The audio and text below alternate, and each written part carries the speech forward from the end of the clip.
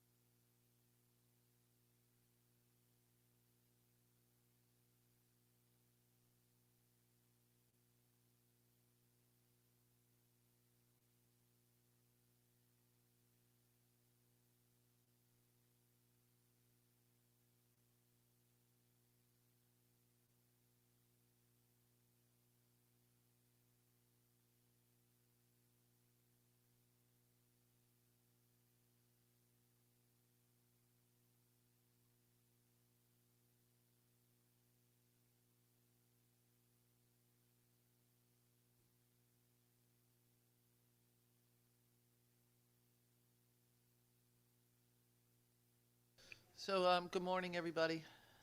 Are you guys all set? Very good. We're going to start our agency presentations. Um, and we went till what, 2 o'clock last night? So, so we have a similar meeting tonight, and we're going to start um, with Commissioner Porter and the Department of Aging and Disability Services. Um,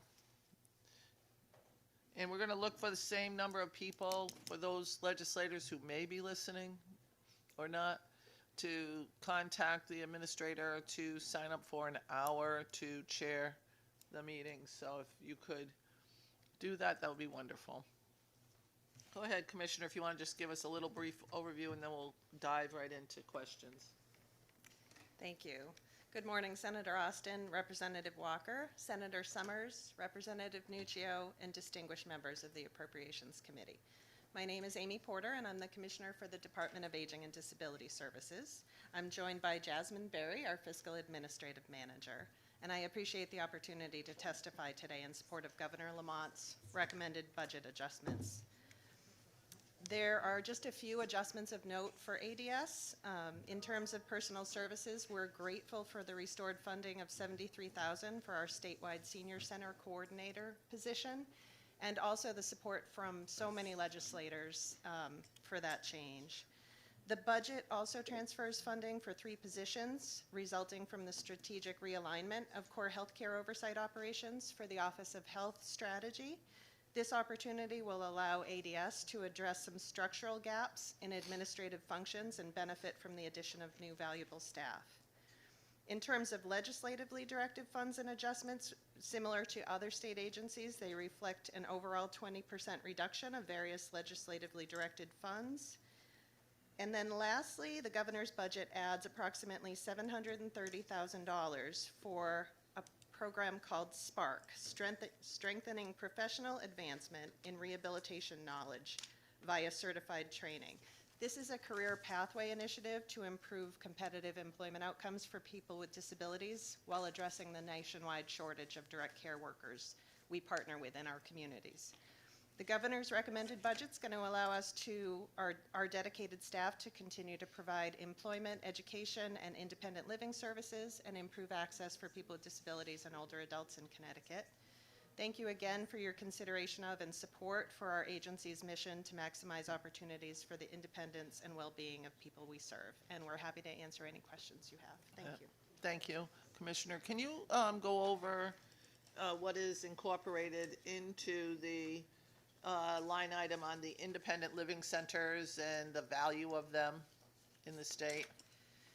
The line item for the independent living centers did not change, but they are an incredibly valuable partner for us in the community. They are they provide a variety of services for individuals with disabilities and really are foundational in the community for individuals with disabilities who are looking for peer support and independent living skills training. So the proposed budget doesn't make any changes to Right. their I line would just item. like to hear what is incorporated into the independent living centers. Where are they? How many are there? So we can have that on the record. Sure, we have 5 independent living centers throughout the state. And do you have their total line item budget? Just say it, introduce yourself and say. Good morning, Jasmine Berry, Fiscal Administrative Manager for Aging and Disability Services. And the line item for the independent living centers for the FY27 budget is $1,025,528. And there are 5, and they each get an equal portion thereof. And that covers what for them? Basic expenses, staffing, programs, do you know? We can get a breakout of specifically what's in that for the working session if you'd like, and be able to break that down by specific detail. That would be wonderful. And then on the we have funded some service navigators, and I think it's $1 million. Is that in programs for senior citizens? Is that where that line item is? Yes, that money resides in that line.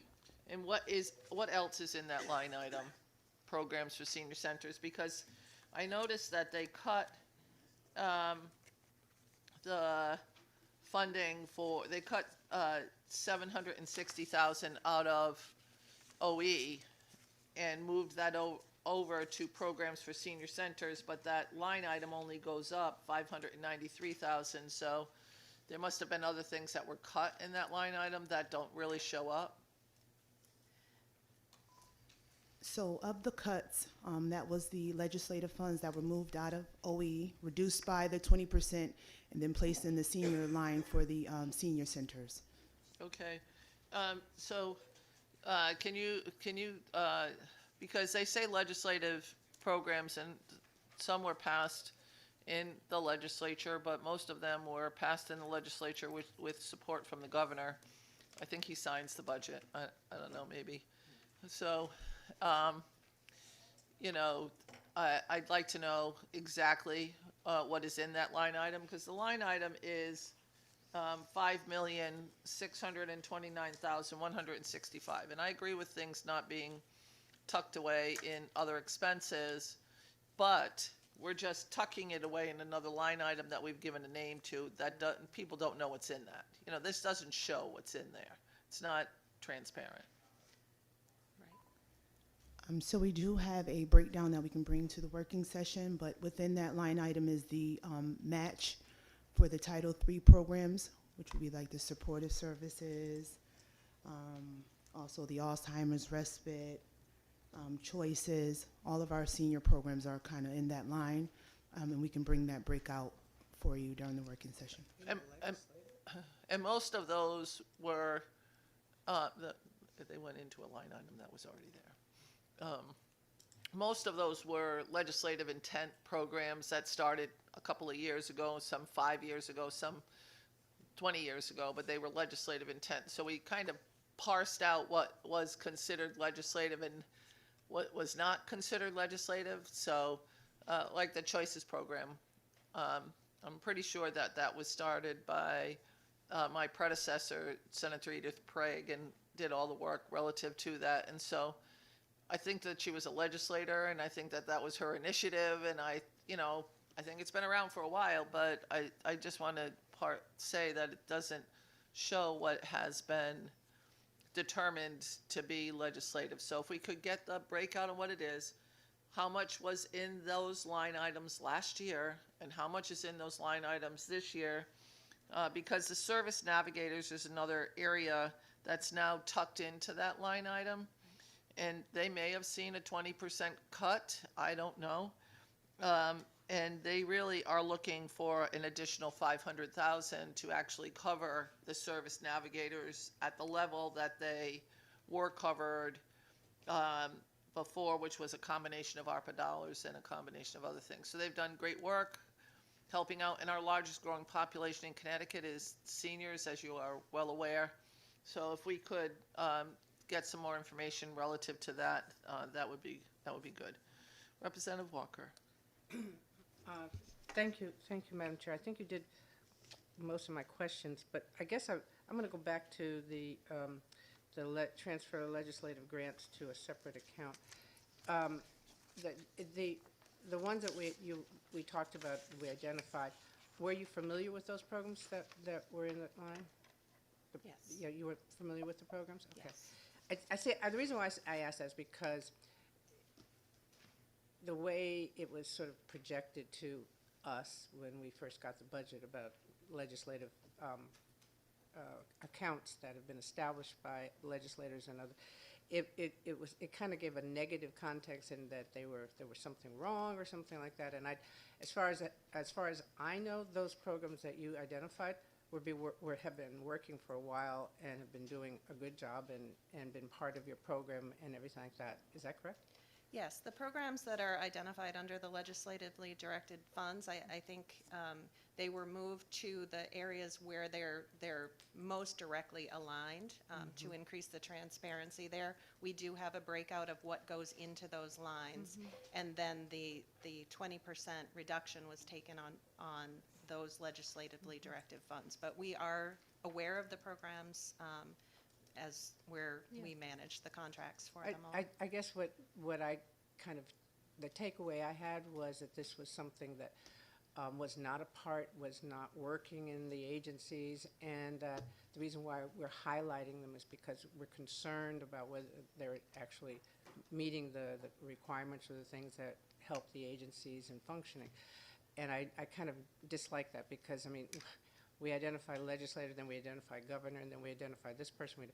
At a certain point, it doesn't matter who develops the programs. The point is making sure that they add a positive to the agency and give us a positive and clear overview of what we need in order to help the population that you're focusing on. So thank you, and that was all I had to say. Thank you, Madam Chair. Thank you. And then I'm looking at the reduced legislative grants by 20%. So legislative grants, elderly nutrition. I think that we can all take credit for elderly nutrition. Can you bring to the working group what that impact is going to be? I know what the impact is going to be for the Communication Advocacy Network. That they're going to have to lay people off. That's what's going to happen there. They don't have enough for salaries. We put in enough for them to have salaries there. So I think, and that was because we were paying somebody finally for the Communication Advocacy Network. And before that, we had a woman that was like, I think she was 80-something years old, that was running the program for years and decided to finally retire. So we actually took on actually making it a more professional environment. Not that she wasn't professional, she was, but we didn't have another 85-year-old to take her place. And so we decided that we'd actually do it the right way and pay somebody to do that work. So they're going to, if we stick with this, they're going to have to lay somebody off. And that is not helpful to what we have going on here. You have a lot of things that you have to take care of in your agency between seniors and those people with disabilities. This is something important for us to cover. So Yeah, I'm going to be looking really hard at a number of different things within the confines of your agency. And I was getting complaints from elderly nutrition across the state saying that we don't have enough money, food's more expensive, transportation to deliver food is more expensive, so I'm not certain why we would want to. I know that they just did this to cover the bottom line, but I just want to point out that that's not going to be good. Go ahead. Just on the elderly nutrition, there is only one component of the elderly nutrition program that is in that legislatively directed funds, and it's one that went to a specific program rather than going into elderly nutrition. We typically take the elderly nutrition dollars that we get from the federal government and from the state, and we're able to disperse those funds by the federal funding formula. And so we're able to do that. Those funds are still there, but on occasion there are legislatively directed funds that go to a specific senior center or a specific organization. This one was going to Middletown, I think? Correct. So that was a specific piece of the elderly nutrition program, and not the piece that is funded by or dispersed by the federal funding formula. So I would have been happy if I'd seen an increase in elderly nutrition, and even if you wanted to combine that with elderly nutrition, because I do get a lot of calls about elderly nutrition and not enough funds to go around to cover what we have going on with the increases in food costs and other things. So, Representative Nuccio? Hi, sorry for my tardiness, running from one to the next. In regard to your budget, specifically the OHS transfers, it says that they're coming in for administrative support. Can you give me a little more detail on that? Because OHS seems like it's kind of very different from what you do here in aging. It is very different, but there are staff in the Office of Health Strategy that are program staff and are tied specifically to programs. And then there are others that are in sort of more general positions that are statewide positions. They support a variety of programs, and those positions exist in multiple agencies. So, you know, you think about fiscal staff, you think about administrative staff, you think about contract staff, you think about legal staff. Those are folks that can work in a variety of organizations, and so the positions are folks that are not tied to specific OHS programs. Okay, do you think you could just detail what exactly it is that those three are going to be doing and, you know, how that kind of falls within your organization for the work group? You don't have to do it now, for the work group. And then the other thing that I've been asking everybody is I'm taking a deeper dive into all the budget pages this year and all of your line items here that are specific programs. Can you please bring a high level of what those programs are, who they're serving, and if you have any sort of metrics that you're looking at for effectiveness of those programs to the work groups? Okay, could I just ask so that I make sure I'm clear? Yep. So all of the specific line items that are in the budget, you want a high-level summary, and then any metrics associated? Yeah, like who's it serving? Like if I look, you know, again, you don't have to answer this now, but if Sure. I look at, you know, the programs for senior citizens, what does that program do?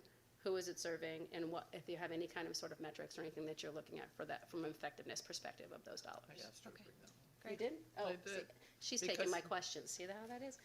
Did you ask about the OE, breaking down the OE? I did not. You can do Okay, that one. then what we're also looking for is if you can take other expenses and break that down for us into the buckets that are in there. A lot of times the OE is kind of a conglomeration of a bunch of different things, and I think it would be beneficial for us to understand, you know, what kind of programs, if any, are there, and just what the OE is. Yeah, and thank you so much. We did send along our OE budget, and as well as, along with our testimony and the answers to the questions that you posed about I appreciate about that. positions. That helps me greatly in doing a staffing plan.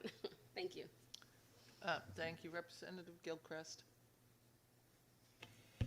Thank you, Madam Chair. So good to see you. You both. I wanted to ask some questions about the Spark CT.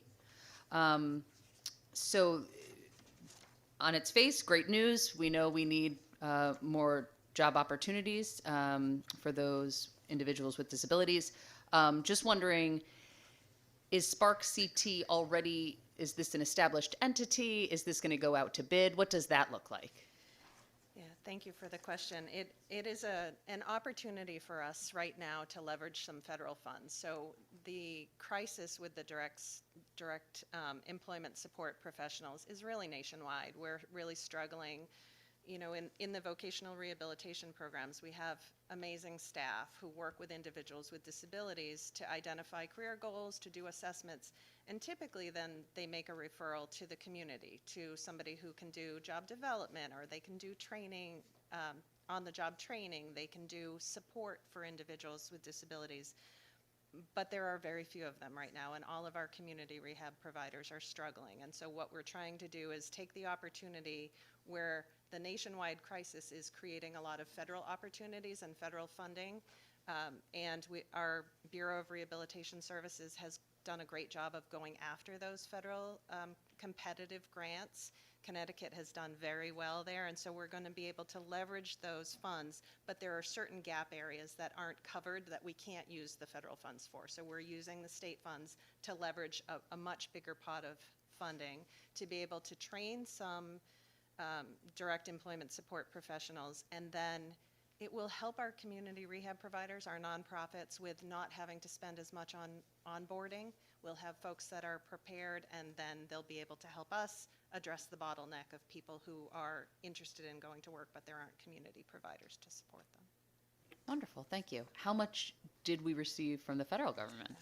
Great question. I do have that, and I can bring a full breakout of that as well. But the total project funding, including the $730,000, is about $5.2 million. Wonderful. Yeah, if you could bring a breakout and like how many people we're talking about, that'd be great to know. Great. Thank you.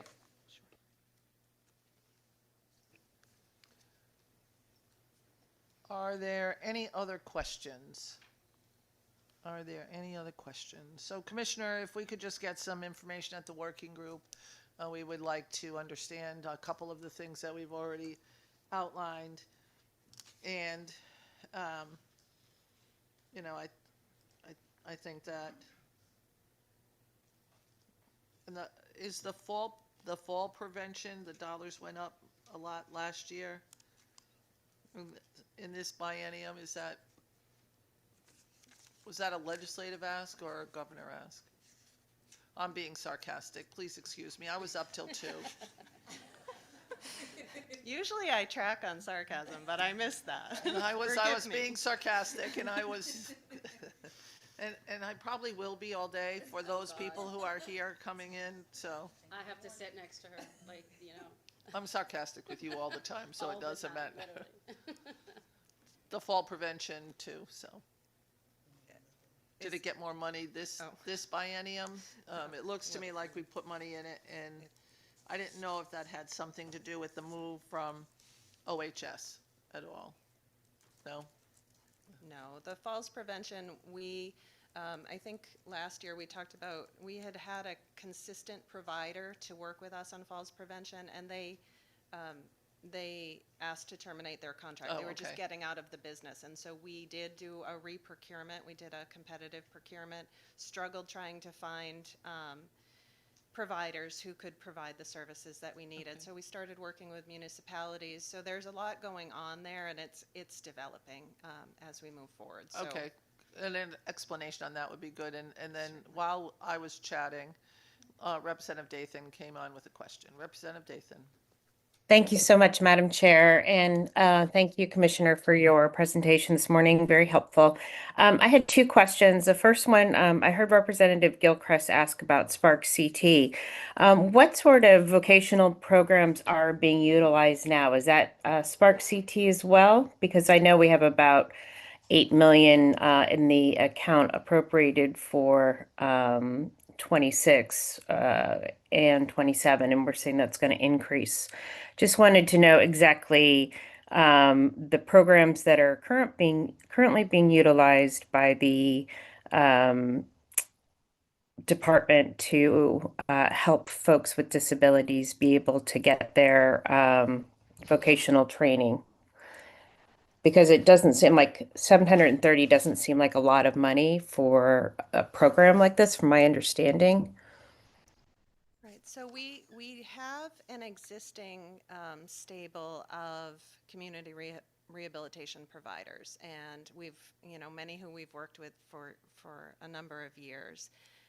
The Spark CT is not a provider; it is a training mechanism to assist our providers, to help us increase the pool of direct employment support professionals, to help them achieve an industry recognized credential. So it's a career pathway for individuals, an opportunity for us to get people interested in the field, to do some training, to help our nonprofits, those folks that you are speaking about, who are already providing those services, help them be able to identify and hire qualified staff with an industry credential.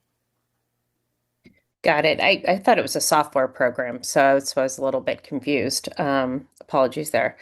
My second question regarding the OHS work that's coming into the agency, can you give us a little bit of an explanation of what those positions are going to be doing when they are within your department? Yes, thank you for the question. Representative Nuccio had asked for us to bring that to the working session, which we can. I just want to, I want to say also, as other agencies are coming up, the OHS transition is in process, and there are some amazing staff at OHS that haven't yet had the opportunity to have their one-on-ones with their unions, with their supervisors, to be able to talk about specifically where they're going, which is why you're hearing me talk in generalities and the testimony is in generalities. You'll probably hear that from other agencies as well, because we have a process in front of us, and we want to make sure that we honor that process and make sure that the staff themselves are having the opportunity for the one-on-one meetings rather than hearing about where they might be going through a public hearing process. Got it. So we'll look forward to receiving that. I was hoping that some of this was going to be helping our seniors who are looking for supplemental, like Medicaid programs or Medicare programs, and that might be something that folks are doing, but it doesn't look like it. But anyway, thank you so much, and thank you, Madam Chair. Thank you. All set, Representative? Yes, thank you. Thank you. So now we are done. Commissioner, thank you very much. Appreciate you, and just bring some stuff to the work group. We've got a lot of work to do. Thank you. Up next, we have the Department of Social Services. Commissioner Reeves, there you are. Bring up whomever you would like to. There's always a lot. Are you anticipating a lot of questions?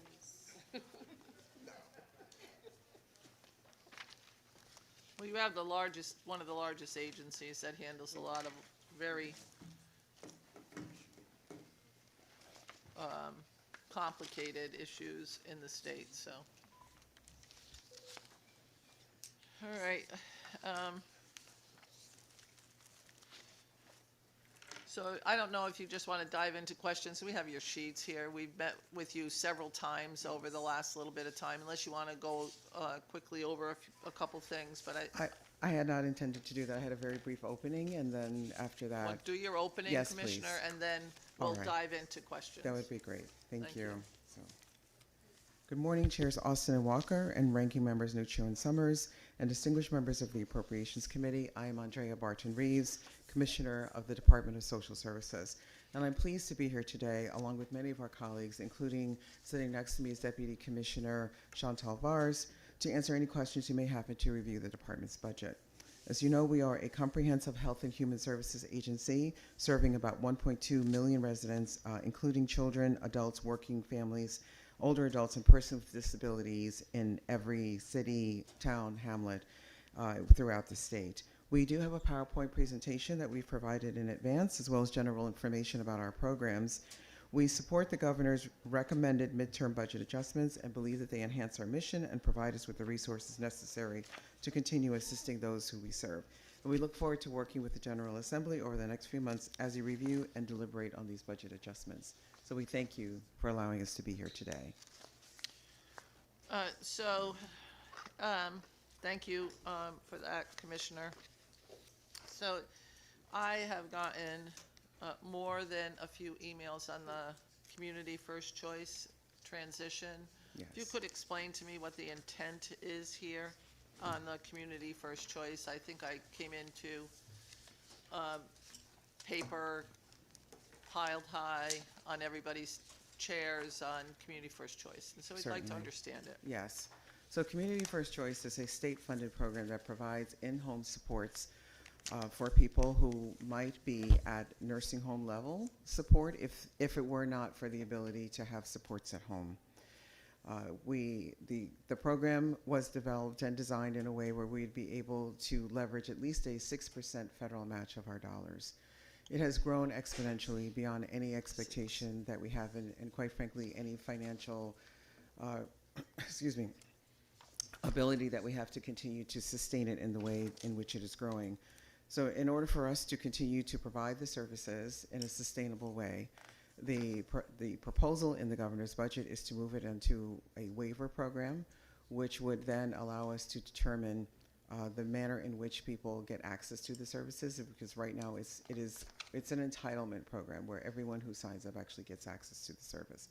It has grown in ways that we have just exceeded all of our resources, including our money, our staff. So that is why, in very layman's terms, we are proposing to move it to a waiver. And in our notes, you might have seen in the agency summary on page B60, we do make reference to the increased complexity to administer the program, and specifically that the costs have gone from $88.8 million in FY 2018 to $371 million in FY 2025, with a case load growth from 2,400 to 5,800 over this period. And this growth, this trend of growth is what we're continuing to see. So if the legislature accepts this change, would there be a decrease of people that would be eligible for this program in the waiver? What would happen is that those that are currently in the program would remain in the program. No one would be asked to step out of the program or be disenrolled. There would then, however, be I guess we can call it a wait list or a different way in which people would be able to access those services. I know that wait lists are not popular. Obviously, no one wants to be on a wait list. But the manner in which we can then determine who would be eligible for those services would be to create the list and then have a means by which we would determine the level of need that each individual on the list would have and then access those services accordingly. So there would be people who maybe have a lower level of need than someone who, let's say, has the need to have someone in their home 24/7 versus someone, as an example, that may need someone in their home for 4 hours a day. That might be one criteria that we would use, but we would develop criteria that we would use to determine eligibility based on the needs of the individual. And I think that that's the greatest concern that people have, that they're not going to Understood. have access to this program that has served them well, and there are some people that are aging up into a possible usage here. So I personally need to see what the waiver says, how it's going to play out before I could actually accept something like this. I understand what we have here because it says that we would see it would reduce state costs by 8.1 million in fiscal 28 and That's right. 57.8 million in 29. And to your comment on wait lists, I wouldn't mind a wait list if there was an end to a wait list. But Yes. there doesn't ever seem to be. We have people that have been on wait lists for years and don't get and never get anywhere. So then we're not real. Then we're serving a static group of people, but we're not actually serving the needs that are there. So I worry about a wait list. We had another agency come up, and Representative Walker and I asked about the wait list. Actually, it was Representative Walker who asked about the wait list, and they said it's not really a wait list. It's a slowing down of getting people into the program. But that's a wait list. I asked her to repeat that. 'cause I wasn't understand. sure I heard it correctly. I do understand. Yeah. So there's that. You know, there's so many things here because again, you do so much, We do. and I personally want to thank you. You've helped out many of my constituents with. This is a true low income, lower middle income agency that understands. And I had a conversation with a different commissioner last night about understanding affordability, and I think you get it. I do. And that I so much respect because sometimes I talk to people and it's kind of I'll be snarky again. I look at their shoes and their shoes are worth more than my house, and I say to them, you know, how do you understand what it's like for someone to worry about whether they have enough food at home or they're keeping their heat low so that they don't run out and those kinds of things. I think those are all concerns that I personally have. My other question is on the substance use disorder waiver. Yes. Speaking of waivers, and this funding are we losing services here, or is this just a straight transfer to the Department of Children and Families? And are they going to be able to even handle this? All due respect to the Department of Children and Families, they've talk about difficult mission. They have a difficult mission. They do. Are they going to be able to handle this program, which has been fostered through your care? Well, I will defer the second part of your question respectfully to the department, Yep. but it is, in fact, a transfer of resources from our agency to the Department of Children and Families. So it's not a cut or a reduction in that sense. It's a moving of money. Okay. Thank you. Representative Walker. Thank you. Thank you and good morning. Good morning. morning. Great to see you. And I want to morning. ditto what my colleague said. Your agency takes the weight. I mean, poverty and despair, they come to your doorstep. And it's hard because it's very hard when in a state where you have such wealth at such parts or isolation at other parts or where people deny access to their communities because they don't feel that they belong in their community kind of thing. You have that. And I thank you for that. I'm going to ask some questions about your budget. I'm not going to ask where they originated. I'm just going to ask about the questions about the budget, so Okay. that whoever may be listening, I'm not pointing any fingers yet. So the first one I ask is, you're taking out $21 million out of TANF. Is that a lapse? It is, and so clearly defining the lapse, we are seeing a precipitous drop in those that are enrolling in TANF, or what we call our TFA, our Temporary Family Assistance, which is subsumed within the TANF grant. We continue to look for the reasons why that is. Part of the reason is that the threshold for eligibility is so very low. You really have to be at a subsistence level, just desperately poor, in order to qualify for the TFA. And that is a difficult hurdle for many people to meet, because if you make $1 or $2, $5 over that, then you're then deemed ineligible for a TFA. And we've seen this drop. We ourselves are continuing to question it, to look where we can access data that can inform us more as to what we can do, and find other ways that we can maybe engage in outreach. I can tell you one of the things that we've done, and we don't talk a lot about this, and Can I just ask one question? certainly. Are the thresholds federally regulated, or are they state regulated? Our thresholds are federally regulated. So the 21, we got rid of that. So okay, we did the 21-month cycle, that we got rid of that. Okay. There are some, I believe there are some parts of that Yes. TANF contract that are state regulated. There are, yes. Okay. Yes. So there are things that we could change so that we could broaden the group of people that qualify statewide in order to utilize or give access to some more monies for people in that group. There is some flexibility that we can exercise, yes. And I think that's part of the data gathering that we're doing, is actually to determine who would be eligible based on the data that we have available to us, and what exactly are the barriers. Is it that they're making $10 more than they would in order to qualify? Is it that they're not aware of the program?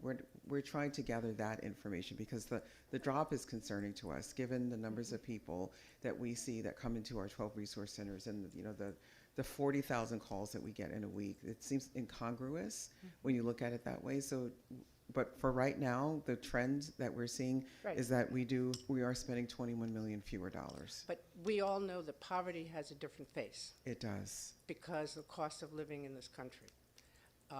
If we keep the old standards of poverty, that obviously would limit the number of people, but that does not put food on the people's table. It doesn't put a house over them. It doesn't get them educated or a job. None of that.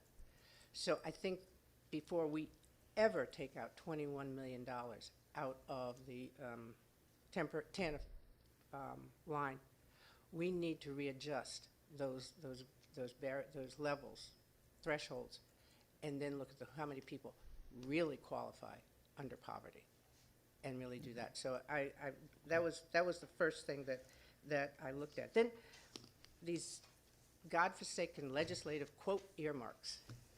Community Action Agency is considered a legislative earmark? I'm sorry. Did they have a 20% reduction in their? In the community action agencies? No, that is not one of the, no, those are not the organizations that are being, so they may be referred to as community agencies, but these are not the 9 community, these are not the community action agencies that we're speaking of. Okay, No. because I remember the commissioner that created the community action agencies in Connecticut, who Yes. she used to be a legislator.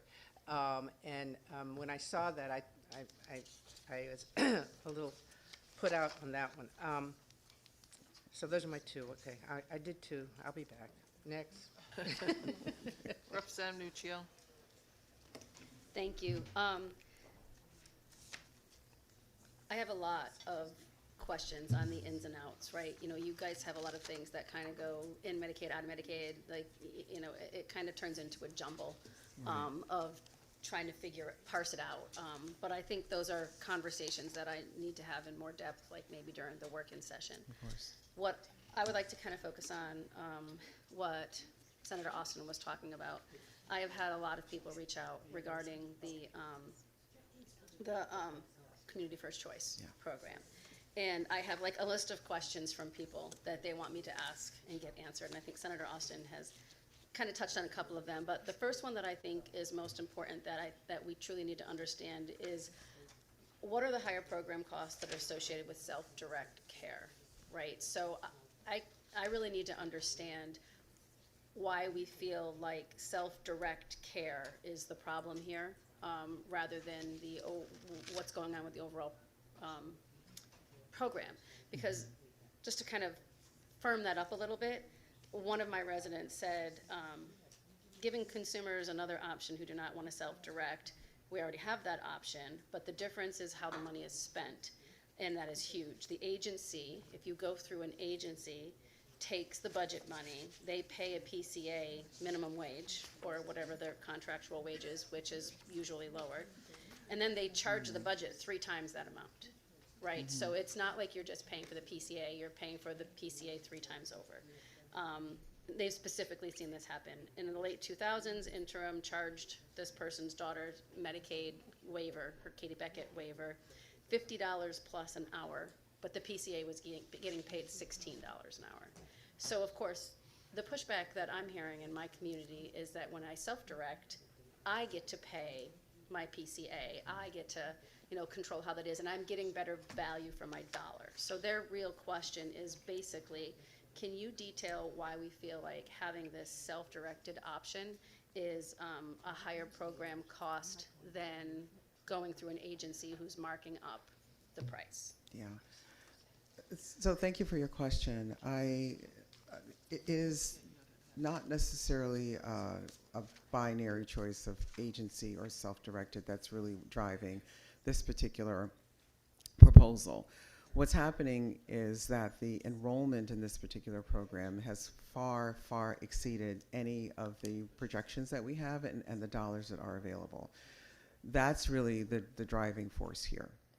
What you've described in terms of the difference between agency and self-directed, I have heard before, and I'm very familiar with those differences in terms of the ways in which PCAs are employed and the ways in which they are compensated.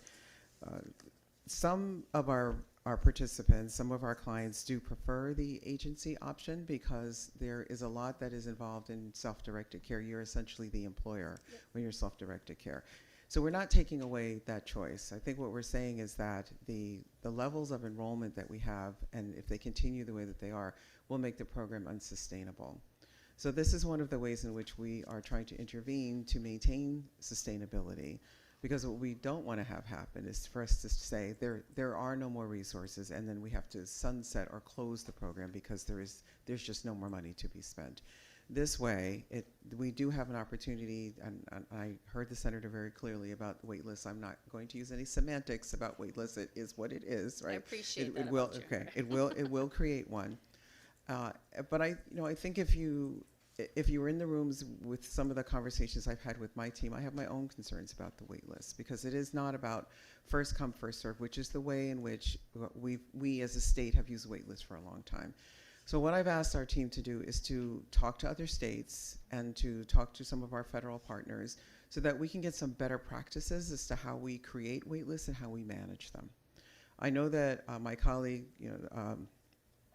Commissioner Sheff at DDS, has once had a sort of a first come first serve wait list for those that wanted spaces in group homes, and then one of the shifts that he made was to actually look at the ages of the individuals who are living at home with their parents, and then making a determination as to whether or not that aging parent could continue to care, where there were natural supports. So there are ways in which wait lists they won't be avoided, but there's better ways to manage them, and that's what I'm committed to. So I'm committed to the sustainability of the program and a better way to manage the wait list, so that the issues that you raise as a concern, which are very legitimate concerns, can be handled better. So I think Senator Austin kind of cleared up people who currently are on this program would automatically be put into the waiver, right? So it wouldn't They will be, remain. That's right. correct. So nobody would be cut from those That's services. correct. Is the idea that if we go to a waiver, we'll get a higher reimbursement rate? Is that playing into this? Do we think that's an option? It is an option, yes, it is. But the moving into the waiver allows us to have I'm sorry? Yes, exactly. I'm sorry. I'm getting a little coaching on the side. It does allow us to manage the cost. I am both, I think we are as a department, we are both heartened by the manner in which people have embraced the Community First Choice program, but also deeply concerned about its sustainability.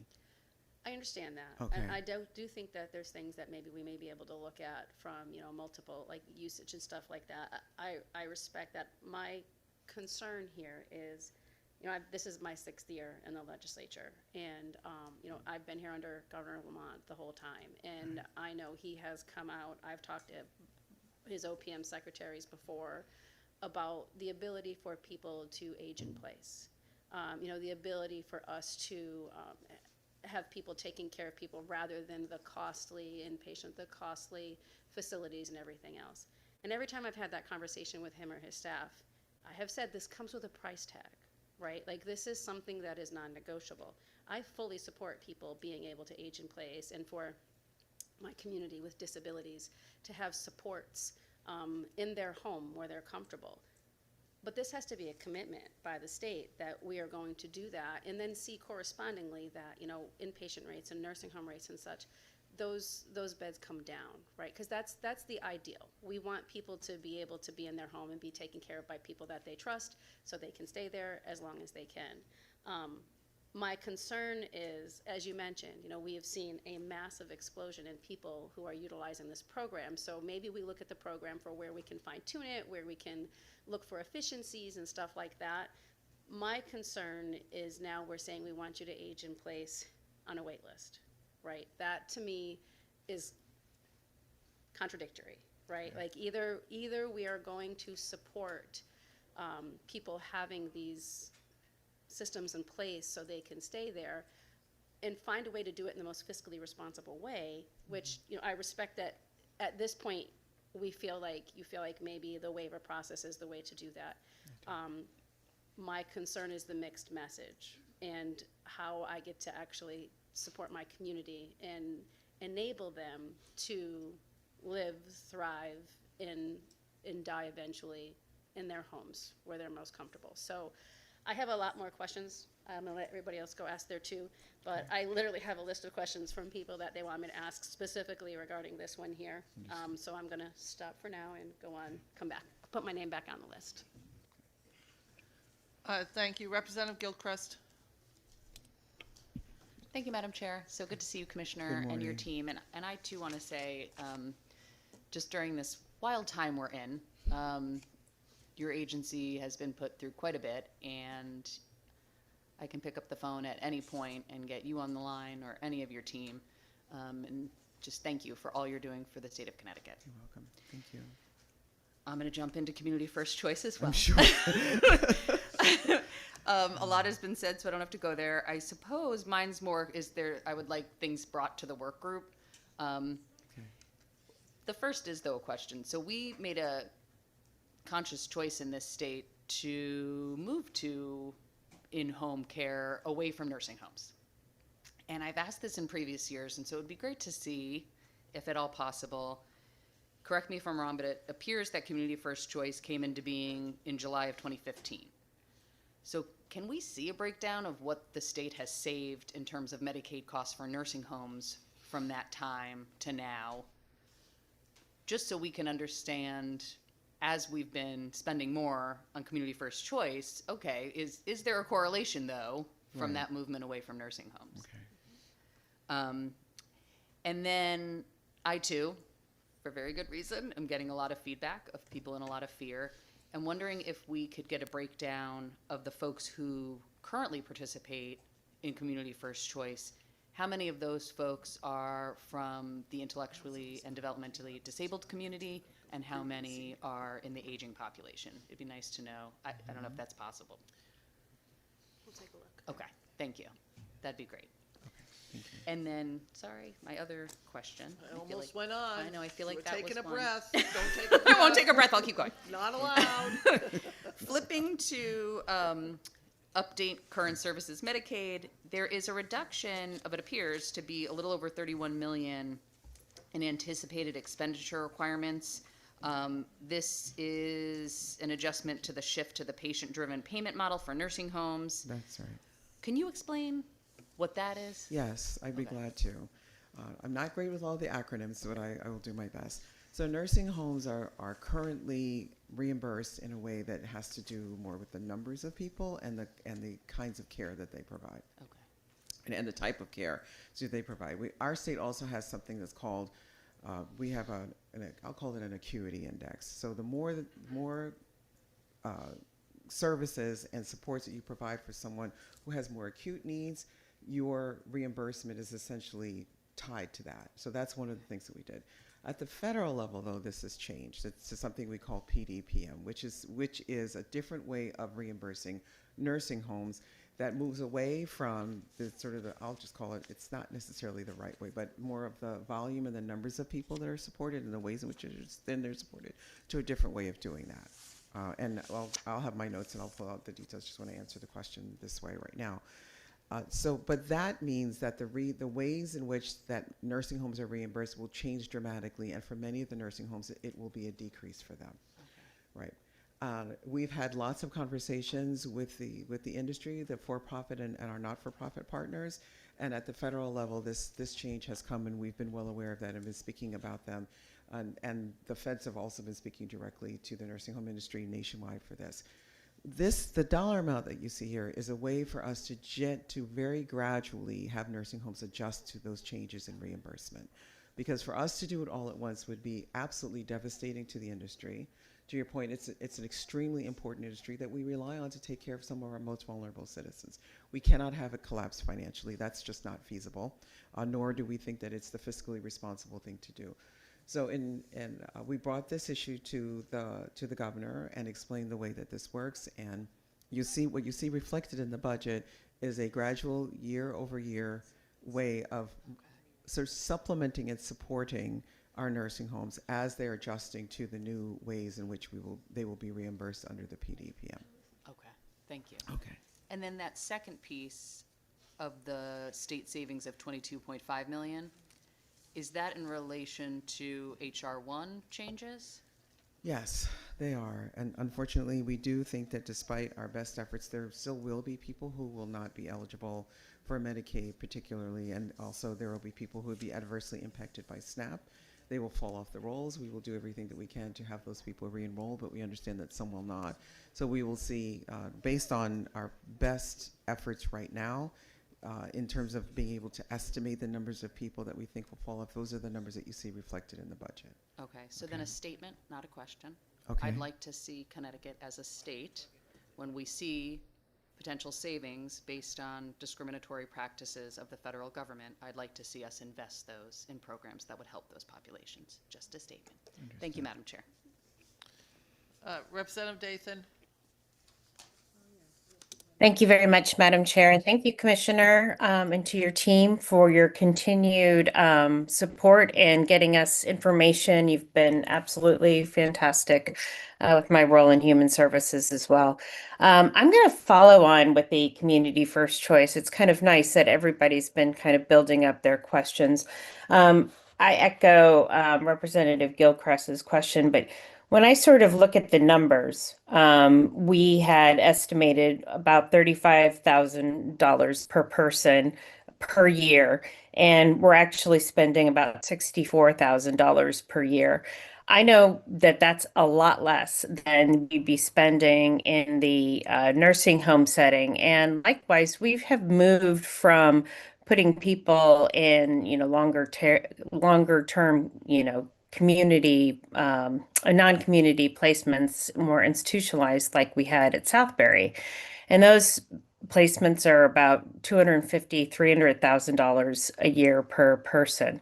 So I'm extremely concerned about this move. I also have heard from many of my constituents who are concerned, but also concerned that we're not looking at more investment in day programming. Because if we're taking away some of these options for folks and capping a Medicaid waiver program and not yet putting more investment in our community nonprofits that provide day programs, we're really hurting this population dramatically. So just want to make sure that we get the information. And I also have concerns that we don't have any sort of oversight of this sort of program. And I think with adding a layer of oversight to a program like this, we'd be able to manage it and not have to just say we're kind of sunsetting it for now. Um, and I just think that, I'd like to know how currently we are managing programs like these, and how the agency is providing oversight over these PCAs. So my question is more of the oversight function of this program. How are we ensuring that we are providing oversight? Because my concern is one of the reasons maybe the costs have gotten a lot larger is there's just a lack of oversight. Oh, okay, thank you. I was going to ask for clarification, but that's helpful. The no, the primary driver of costs here is enrollment. This is not specific to PCA costs or lack of oversight. Really the driver is that we have many more people enrolled to the point that you made than we had anticipated. The oversight, and I can just address that very briefly, is done with in conjunction with our department and our third-party administrator. And I'm sure many of you are aware we've had more than our fair share of challenges with our third-party administrator, and we are working through those with a collaboration and cooperation of our friends at SEIU 1199, who've been working with us to develop and implement some better practices around our third-party administrator, and also working with them to make sure that our PCAs get what it is that we think they rightly deserve for the work that they are doing. I am far less concerned about the PCAs and the work that they're providing, which is essential work and really difficult work that I think is really important to provide people with the dignity that they need in their homes. And more concerned, as I said to Representative Nuccio and Senator Austin, about the increase in enrollment and the sustainability of the program. We have a number of caseworkers and case managers on the agency side and also on the self-directed side who try to provide as much support as possible to oversee the program. And I said, we do that in conjunction with our third-party administrator, which has some challenges, and we're working through those. So I would say, to answer your question, Representative, it's not necessarily about oversight. It's more about enrollment, because it is a program that offers people independence in their homes. As I said before, I'm really heartened to see the levels of interest in the program, but very concerned about its long-term fiscal sustainability. And I get that, but it's also the alternative for families are going to be, going into a nursing home. And I just am extremely concerned that that's going to be a lot more pricey than $64,000 a year. And we're just going to really kind of clog up the system, and people aren't going to get the care that they need. And families are going to go into crisis. And this is just, I'm pretty disappointed in this, sunsetting of this program. Looking forward to seeing more information in the working group. My second question was in regards like to the. questions in there, Lucy? No, that was just one. My second one is coming up I now. thought it was like 6.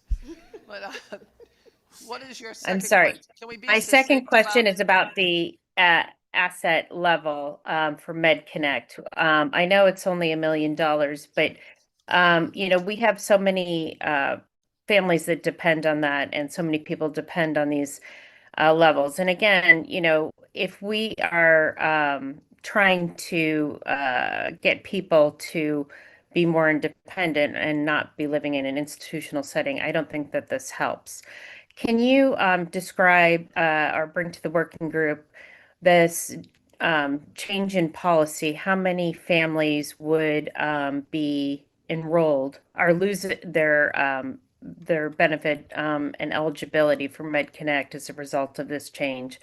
And if you can highlight in the working group, how many people are currently receiving subsidies under Bed Connect.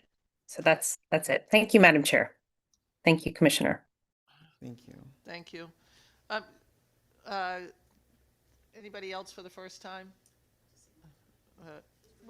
Representative Exum. Good morning. Good to see you, Commissioner. Good morning. I just wanted to make a comment just to echo my concern from what I'm hearing in my community and constituents around the CFC program. And just the significant, people were so happy to have that as an option. And you know how important that is. And I understand the cost and what we're looking at as far as the barriers to continuing it. However, it is such a vital program, and I just want to be on the record for saying that I'm really supportive and hopeful that we can find some way to look at that as opposed to the waiver program and what could potentially happen with that, and leaving these individuals in a situation where they're not best cared for, could be institutionalized, and where the cost still could be very high. I just wanted to echo that that concern that I'm hearing very robustly in my community. Understood. Thank you. Thank you. Commissioner, I'd really like to get a breakdown of the 50 new positions that are in the budget. So if we could Yes. get that to the work group, that would be very helpful, Okay. so I could get that.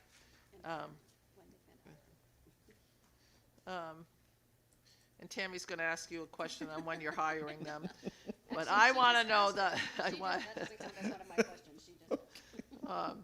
I also, when I looked at the substance use disorder, I also, is it connected with the substance use disorder for juveniles? Is that money coming out of that? When we were looking at the $6,870,000, is that coming out of the substance use disorder waiver reserve? Is this a new thing? So sort of what is that? I can bring the details of that to the working group, but it's not a new thing. No. It's not new. It's related to the other $17 million. Yes, I'll ask Deputy Commissioner Morris to answer that question if you don't mind. I don't mind at all because Okay. she's itching to answer She the questions. is very much so. Thank you. Good morning, Chantel Vars, Deputy Commissioner DSS. It really is the reinvestment of those dollars from the reserve account.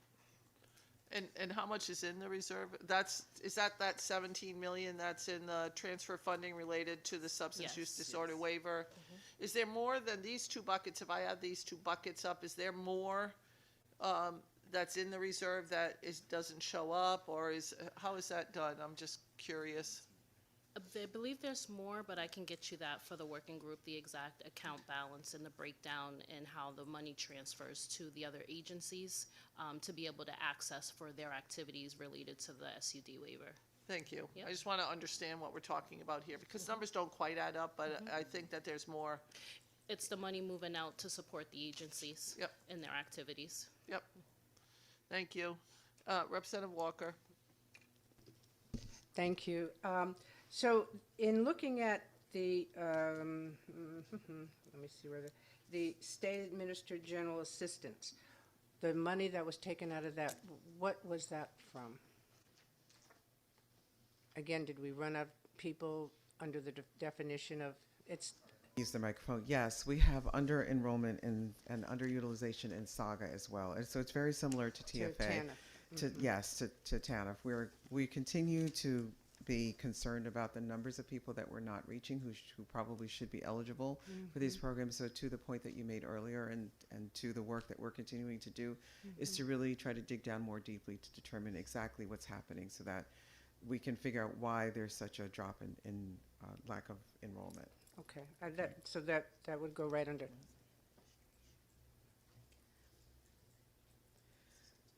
But that's a different thing, isn't it?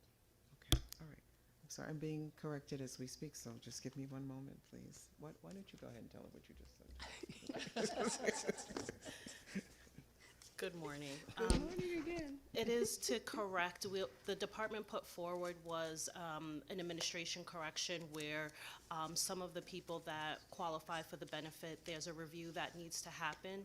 And during that review process, they're only allowed, I believe, $62 on that benefit. And so what we're proposing is to allow them the full benefit of the $262. And so that's that adjustment for Saga. Okay, so that's, It's an increase. It's asking us to increase the Increase? benefit. Okay. So you go, they get the benefit immediate, the full benefit Okay. immediately. okay, all right, okay, so that's, now, then there's the hospital supplement program. Yes, yes. So it is actually a program that was intended to come to fruition, and it actually never did. So it was built into the budget with the intention that there would be savings and a generation of some revenue. Well, it's kind of two sides of the same coin in this particular instance.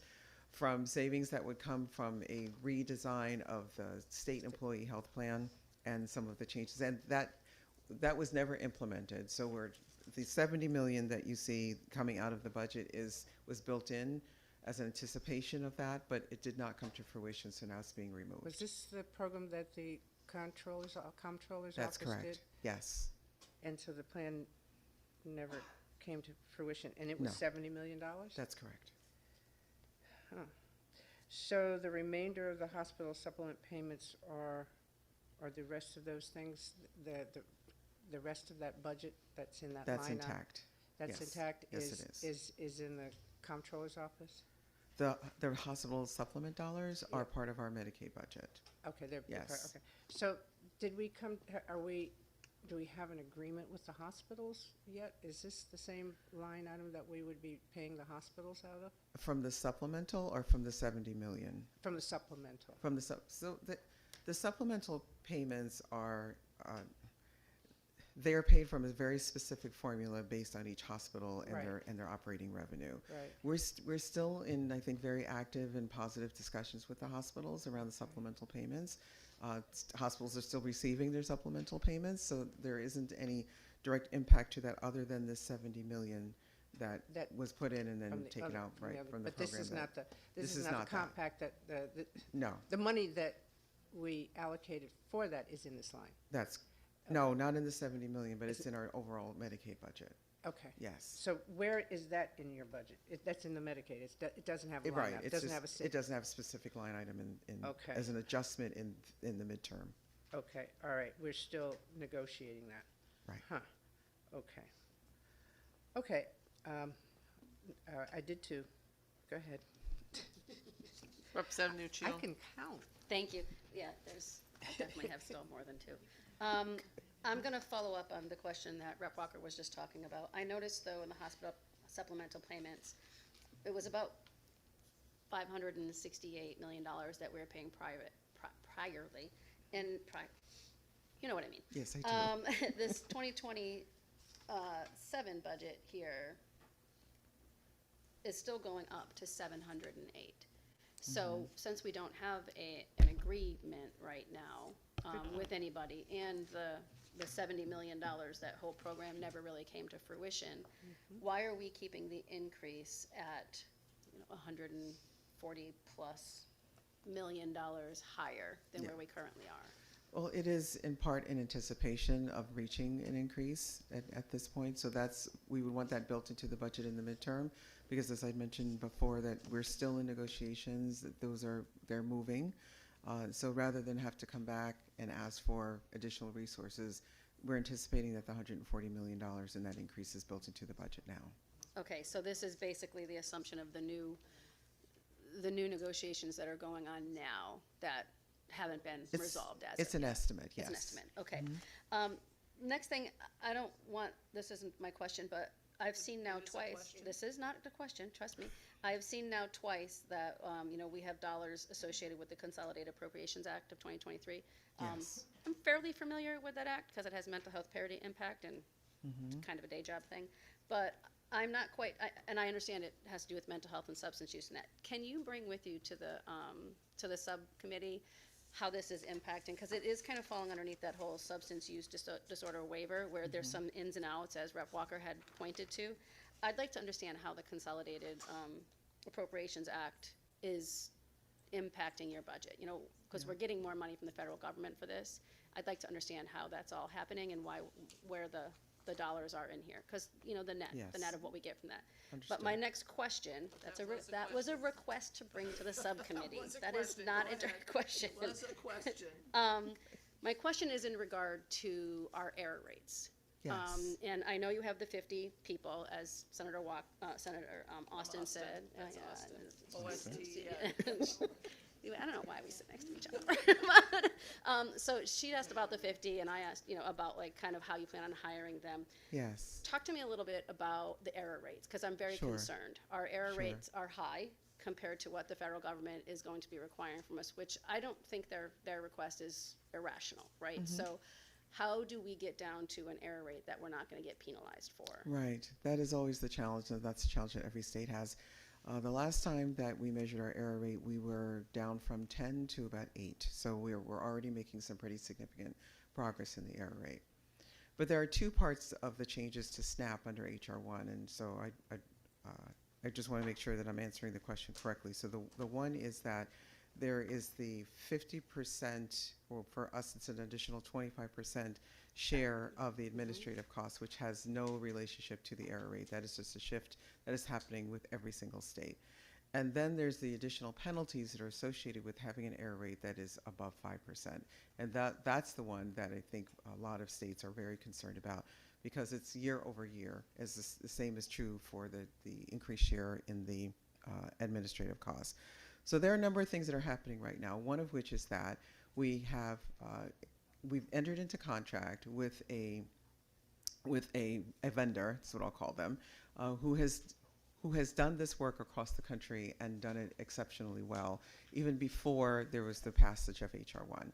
For states that have seen their error rates track up a bit like ours, and to give us some true feasible, workable techniques that we can use to bring those down.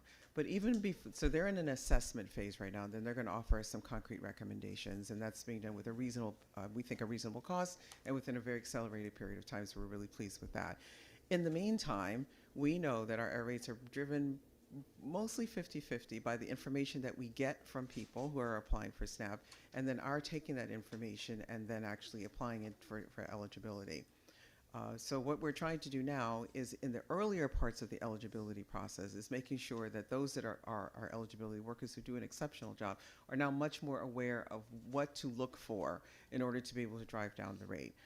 And so that means that when we get an application, we were looking at it more carefully before, we're looking at it even more carefully now. We're asking more questions up front. We're giving them some tools through videos, through AI, other tools that we put in place, so that there's a more constant reminder of the things that they should be looking for, and offering them more support as they're continuing to look at applications and determine eligibility. Everyone is very committed to this, and I actually will say very publicly, I am very, very proud of our eligibility workers. They got it, they get it. This change is happening at a pace that is really, it is indescribable, and they're feeling it, and they're weary of it. But even so, they show up every single day, and what they say is, how can we do this right, and how can we do it better? And I think we're really fortunate to have the people that we have that work at DSS who do the things that they do. So that's really what's happening with their area. That work has started right away. I'd also like to say that even prior to the passage of HR 1, we were already concerned about the error rate ticking up. So some of the things that I've mentioned we had already been doing, but now we're doing them more aggressively, because we really want to bring them down faster, because we don't want to be penalized with really hundreds of millions of dollars that some states will be facing if they can't get their error rates lower. Okay, so if what I'm hearing you correctly, between the 50 people that we're adding and the changes with HR 1, like the admin piece is existing, right? So they're paying us less for our existing, but now we're going to have this new 50 to hopefully help with the administration of application, et cetera, and bring down the error rates. And then the vendor is really going to kind of help us zone in on, I don't want to paraphrase, but Yeah. slowing down and understanding like what's coming in, So or they're going to help us do a number of things, right? They're going to help us identify the ways in which our staff can be trained up differently so that they can spot the places where errors might occur earlier in the process. They're also going to look at our current practices and compare those to other states and their own experience to help us get better practices, in some cases best practices, just with respect to SNAP. But I think an important distinction to be drawn here is those 50 people are both for Medicaid and for SNAP. They're just not, for SNAP alone. And they also include individuals who will be more experienced and supervisors and support to the eligibility workers on both for Medicaid and for SNAP, because both of those things need to happen. okay, Okay. I will come back. Probably not, because we probably Okay. will not And on have site. any time. All right. Dead And- serious, we're going to be out of time. Yeah, that's fine. We're good. But relative to the error rates, I Yes. think people talk a lot about error rates. They do. But Connecticut, I think it can't be said any more emphatically that Connecticut is no different than any other state, red or blue, out there for error rates. Is that true? That is true. So the average error rate for states is about 10%. So Right, we are below the average rate right now. We're probably at the average rate. Okay. Yeah. So, well, I'm sorry. We were at 10%. We've been trending down to 8. I think we have to look at our numbers again, but there are states that are well above 10%, and we have not been in that category, and we're not now. And would it not be fair to say that when judging the error rates, we have a very comprehensive program that tracks a lot of things. Not every state is tracking everything the same way that we are doing this. So when the error rates are compared to each other, it's not necessarily an apples to apples comparison on how things are done. That's my understanding of what's going on Yeah. too. I think that's true, and I'm actually going to ask DC Force to speak more to the details of that. But the process by which a state has to choose the files that we use to determine what the error rate will be is determined by the federal government. Right. That's just the way that process works. Would you like? Yeah, I think it makes sense for you to. Hi, I'm Chantel Vars, Deputy Commissioner. So the error rate, the files are randomly sampled. And so every state is different in their sample in which the files are chosen. But we randomly sample our files and we enter into an agreement with the feds, I believe on an annual basis, of what our work plan will be and how the components in which we will take a look at the errors within a particular case. They actually, after we do a review of that particular case, the feds do a monthly review of the sample that we took to make sure that we've actually reviewed the case properly. So they could identify additional errors after they review the case, or they could say, you know what, we reviewed the case wrong, this actually is not an error. So the plan in which that we review cases is agreed upon with the federal government prior to us reviewing any of those cases. So I get that piece, but I'm saying that you're looking at a file and everybody asks specific questions of each particular person that's in there. And each state does it their own way. They ask their questions their own way. Yep. So each state sets up potentially the error rate that they're going to see, because they're asking different questions of the clients that they're seeing on a regular basis. What do you understand what I'm saying, Commissioner? I do, and yes, that is true to a greater extent. But the federal government does have specific criteria for eligibility, so we all have to ask those same questions, and those standards are the same in terms of the rate of the federal poverty level that you have to meet. But that would vary by state, obviously, Right. depending on the income. So yes, it's a bit of both. Right. And those differences can contribute one way or the other to the error rate. Right. Representative Dathan. Thank you so much, Madam Chair, and for the second time. I was hoping, Commissioner, that you could bring to the working group kind of an analysis on how we're doing with our Medicaid rates. I know there was a lot of ins and outs here, and I do have some concerns that especially when it comes to behavioral health, which we were so far behind in our rate study, that we're not really going to get there, especially if there's changes going along.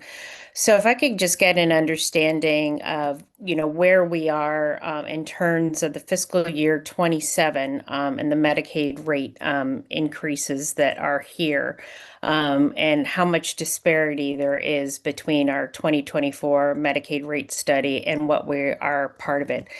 And also an analysis on rates for our waiver programs, because those really were not part of our initial Medicaid rate study. And if we're starting to talk about putting other things into waiver programs, we might lose sight of how much we're actually have for our Medicaid rate for those programs. And also, my second question here is regarding Saga. Um, we have a 4 million decrease in Saga, and this is saying that this supports approximately 3,500 people. With this cut, how many people are going to lose access to this program? And if you can just bring those to the working group, I'd greatly appreciate it. Thank you so much, Madam Chair, and thank you, Commissioner. Uh, Representative Walker, do you have a question? Yes. Ma'am, seeing as you hit your button? So we dissolved the Office of Healthcare Strategies. What came back to DSS? We have funding in this budget for one position to come to DSS. And that was all that you put into OHS? We have one individual that we work with more closely at DSS that is essentially running along with Dr. Mehul Dalal and our agency, the AHEAD program, which is the accountability program for global budgets and primary care. That is a federally funded Yeah. program. But yes. that's gone back into your dome of responsibilities. It's coming back to us. Yes. So you're going to be managing the AHEAD program. Well, we were already co-managing it, That's yes. right, So yeah. yes, so it will become ours. Yes. So talking about the hospitals again. Yes. So I understand that there's negotiations going. So the 140 that Representative Nuccio identified in the line item, that is an assumption that is just a placeholder. That is a way of describing it, yes. So that there's capacity in the budget as we're continuing to have our discussions. And when does the current one expire? That expires, I believe, in June of this year. June. So it really has to be in this budget. That's correct. Otherwise, it would throw our budget off. There should be resources in this budget given the sunsetting of the settlement agreement. Okay.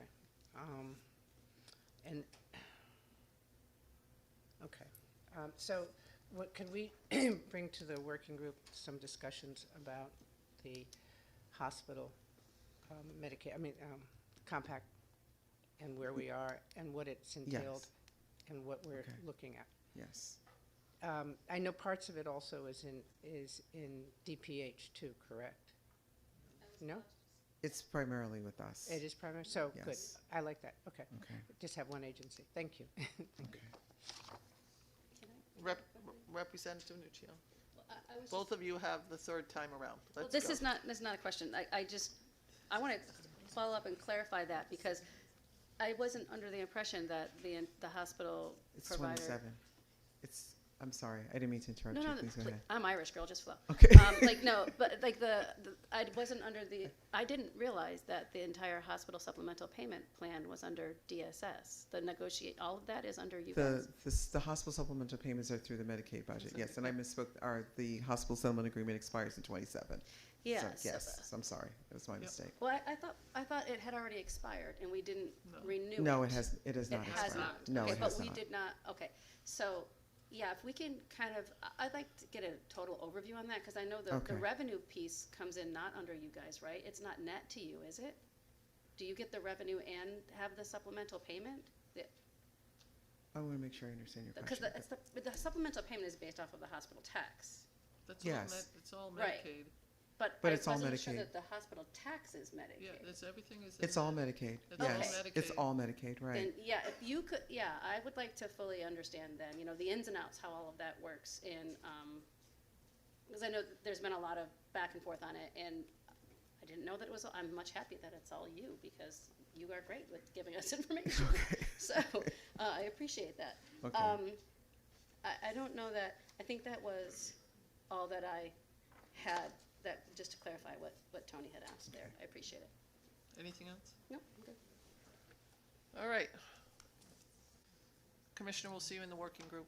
All right, thank you Thank very you. much. Thank you. Up next, we have the Department of Children and Families, Interim Commissioner Susan Hamilton.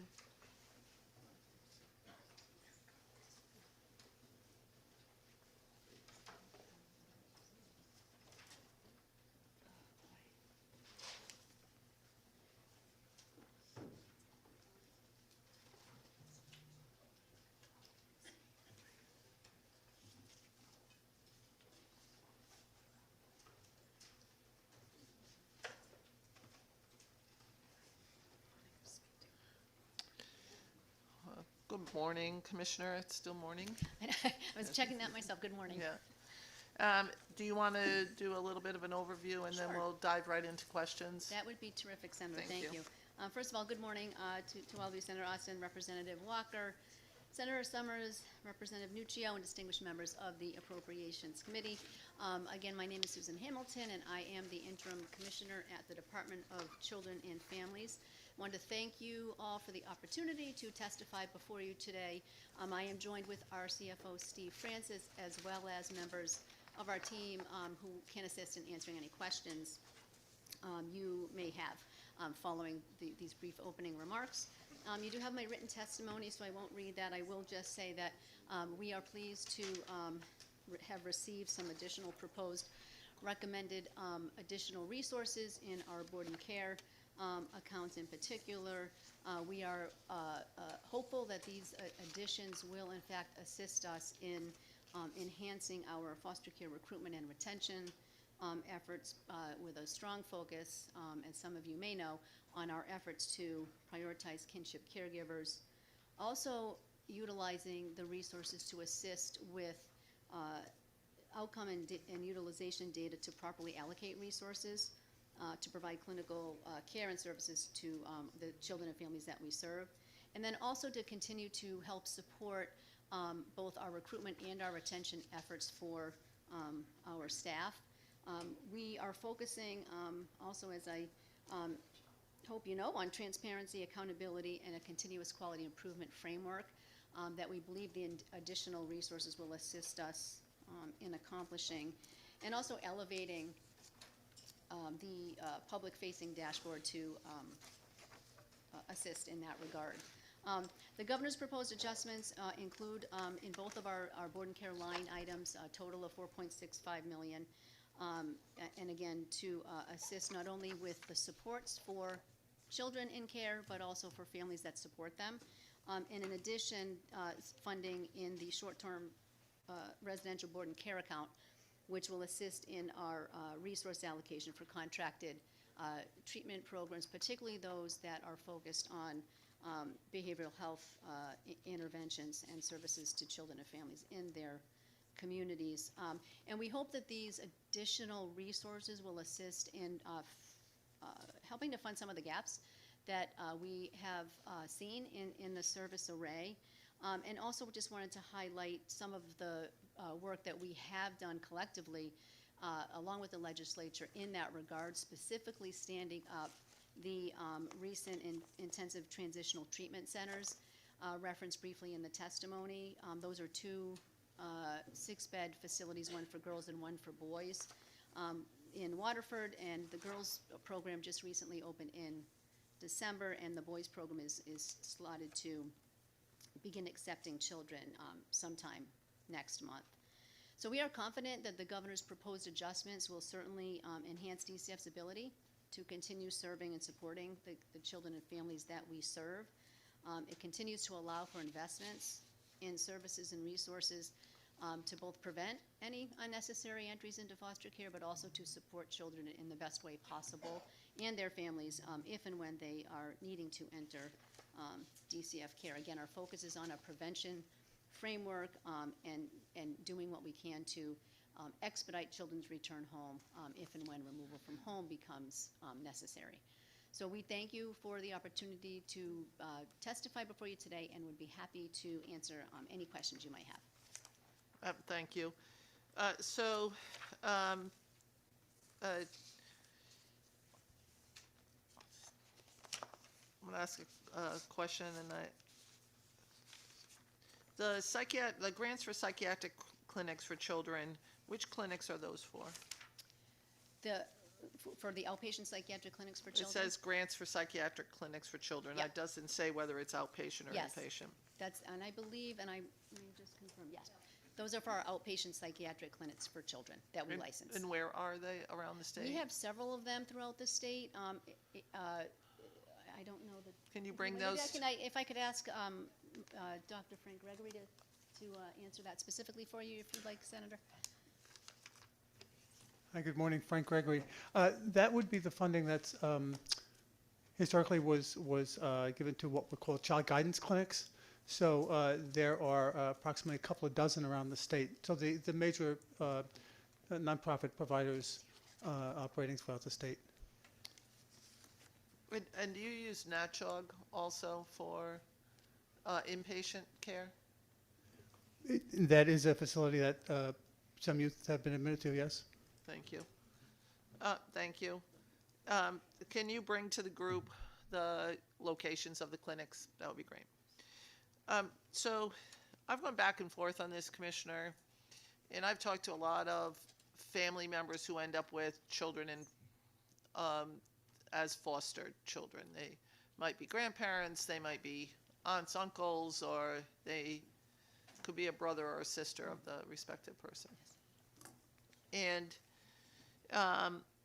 the child ends up going back to the mom or dad and then is there for a couple months, and it immediately goes back to what it was, because the parent, the biological parent, is incapable of handling the stressors related to family. Do you have a program that directly reflects on this issue? Because I get a lot of calls from people who say, I've been taking care of this child for 5 years or 3 years. And they're going back to this person who is still not stable. And I'm worried about what's going to happen. And then they bring them back to them at the end of a certain period. So what is the philosophical bent of the agency relative to that issue? Thank you so much for that question, Senator, honestly, because that really is fundamentally at the crux of the child welfare work that we do. So one of the things just in response to that is certainly just to, as a level-setting comment around the work there, if the department is removing a child from their family initially, of course any ongoing removal involves the juvenile court, as would any return home. So normally what the department, if the department is removing a child and then seeking court intervention, if the removal is going to stay beyond 4 days, we don't have the authority. The parents and the children, which I think is a really important, great thing that Connecticut does, everybody has lawyers representing them. And there's a somewhat, there's certainly a focus on expediting permanency, whatever that permanency plan might be, but significant time is put in by both the department and the court and the lawyers involved to actually evaluate what are the services that are needed, how are they working. There has to be demonstrated progress, and I'm going to answer your question about when they go home and if there's issues and around that when they do return home. But lots of work towards making sure that we're not prematurely, and the court also not prematurely reunifying children with their families, and making sure that there's sufficient time to demonstrate not only compliance with services, but like actually attending, but also demonstrated improvement in their ability to parent. However, that being said, and so certainly there's a host of services that DCF and the court orders actually get provided, and many of those are in-home. So we have, for example, an intensive reunification program where there's a whole process involved, including in-home supports and observations with the family and the provider. But oftentimes, even so, you'd have to demonstrate. There has to be demonstrated, kind of capacity, and the court has to approve that it's in the best interest of the child to be reunified. But oftentimes, when that happens, the court will also issue what's called an order of protective supervision, so that even after the child is reunified with the parent, there is continued court oversight for a period of time. And so we certainly track. So that's just by way of example. There's lots of things. So I wouldn't want this committee or the public to have any misunderstanding about the level of importance on trying to monitor whether or not the family is going to be capable permanently, right? Because the permanency plan of reunification is meant to be permanent. We do track, though, and this is something maybe we can bring back to the work group, reentry rates. So we track, of course, number of kids entering care, number of kids who achieve permanency through reunification, and the number of kids who achieve permanency through something else, like transfer of guardianship, adoption. But we also track then, in either of those plans, reentry rates. So we can monitor how often is that actually happen, given the number of kids that are in care. We have about, at any given time, about 3,000 to 3,200 children in care. But I think, and we have disrupted adoptions, we have disrupted guardianships. I mean, sometimes that is going to happen, but to your point, the goal is to minimize that as much as we possibly can. Recognizing, too, right, that the longer the period of time that the child is with a foster parent or a relative caregiver, the more challenging that reunification can be, and for the child included. So I hope that answers your question, but certainly services aimed at And how many children did you just say? Because I heard two different yeah, numbers. well, it How many varies. kids are in foster care? Approximately 3,000. About 3,000, Yeah. give or take. Yes, it varies. Children, but that doesn't mean that's how many children that you are overseeing. Yes. Well, no, so the department, as you know, serves kids in home. Right. And actually, the bulk of the families we serve, the kids are never removed from home. Right. Right. So the total number of families at any given time, oh gosh, 3,200, like 30. Oh God, the number of families and the number of children also varies, but the majority of those services are provided in home, pre-removal. But for the 3,200 or 3,000, again, it varies. Children in foster care, in DCF care and custody, that's the number. That's the number there. And I guess I just have a lot of questions relative to Yeah, that I'm issue. Oh, So I know. Yeah, I'm I'm very- here. I could be here all day if you'd like. She can't, okay. I can't, but know. I always worry about this because we Yeah. put a lot of onus on an agency Yeah.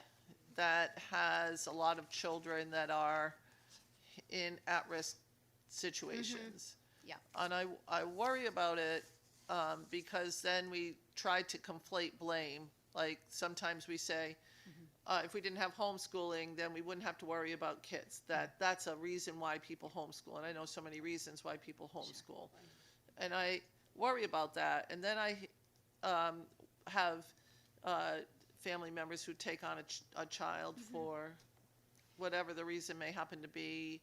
And they go back, and then they come back to them, and then they go back, and then they come back again. And it just seems at some point the best interest of the child needs to be taken into consideration. And this is all emotional anyways. Yes. So it's not an Absolutely. easy thing. Absolutely. But- I agree with you 100%. And that is what makes this area of child welfare so complex, because there are so many variables to consider. And it's never, unfortunately, it would be easier oftentimes if it was, sort of a real clear-cut, black and white issue. The level of assessment that needs to be done as far as risk and need, in particular, at the time the department and/or the court is making a decision to remove a child from their family. And that's why I think the system, including this committee and others, have worked so hard to try to put in the services that are needed to prevent that from happening. However, when it can't be, we value, I mean, our foster families, our relative caregivers, our fictive kin caregivers, we could not do, obviously, could not do this work without them, and they give of themselves every single day to support these kids, knowing that the primary goal set out in statute is reunification. That unless there's a real extreme ground for a termination of parental rights, that's always the primary permanency plan when a child enters foster care. Now, it's not always achievable, and sometimes it takes a long, but our feeling is, you know, there's federal guidelines, and we monitor them ourselves, that reunification in 12 months, reunification in 24 months. The federal government sets goals for 12 months, and that's great. We do think timely reunification is, but we also believe, to your question earlier, that sometimes it's important to give a little more time to make sure. You know, so I'm you know, I not that we want to meet the 12-month measure whenever we can, but I'm sometimes okay if we have to take a little bit longer to work towards a reunification plan, if that's going to help make that the final change for that child, the final plan. But certainly welcome and happy to have more conversations around all of that, because it's complex. Right. Thank you. Representative Walker. Thank you. Good afternoon. No, good morning. Good morning. I've been looking at your budget for the last over the last 4 years, and I've been looking at your different the different SIDS and everything. And I want to stay with foster care first. So the foster care has basically the number of kids that have been in your custody pretty much been stable. I mean, the same amount of kids? It does fluctuate, Representative Walker. Like we right now have had a recent increase in removals, and there's lots of variables for why that is. You know, so, and I think over time, if you look, because I know you've been monitoring our budget also for many years, because we are diverting more, as we should be as a system, the right policy, diverting families and children who can receive services in their communities without ever having to come to the attention of DCF. That's the right approach.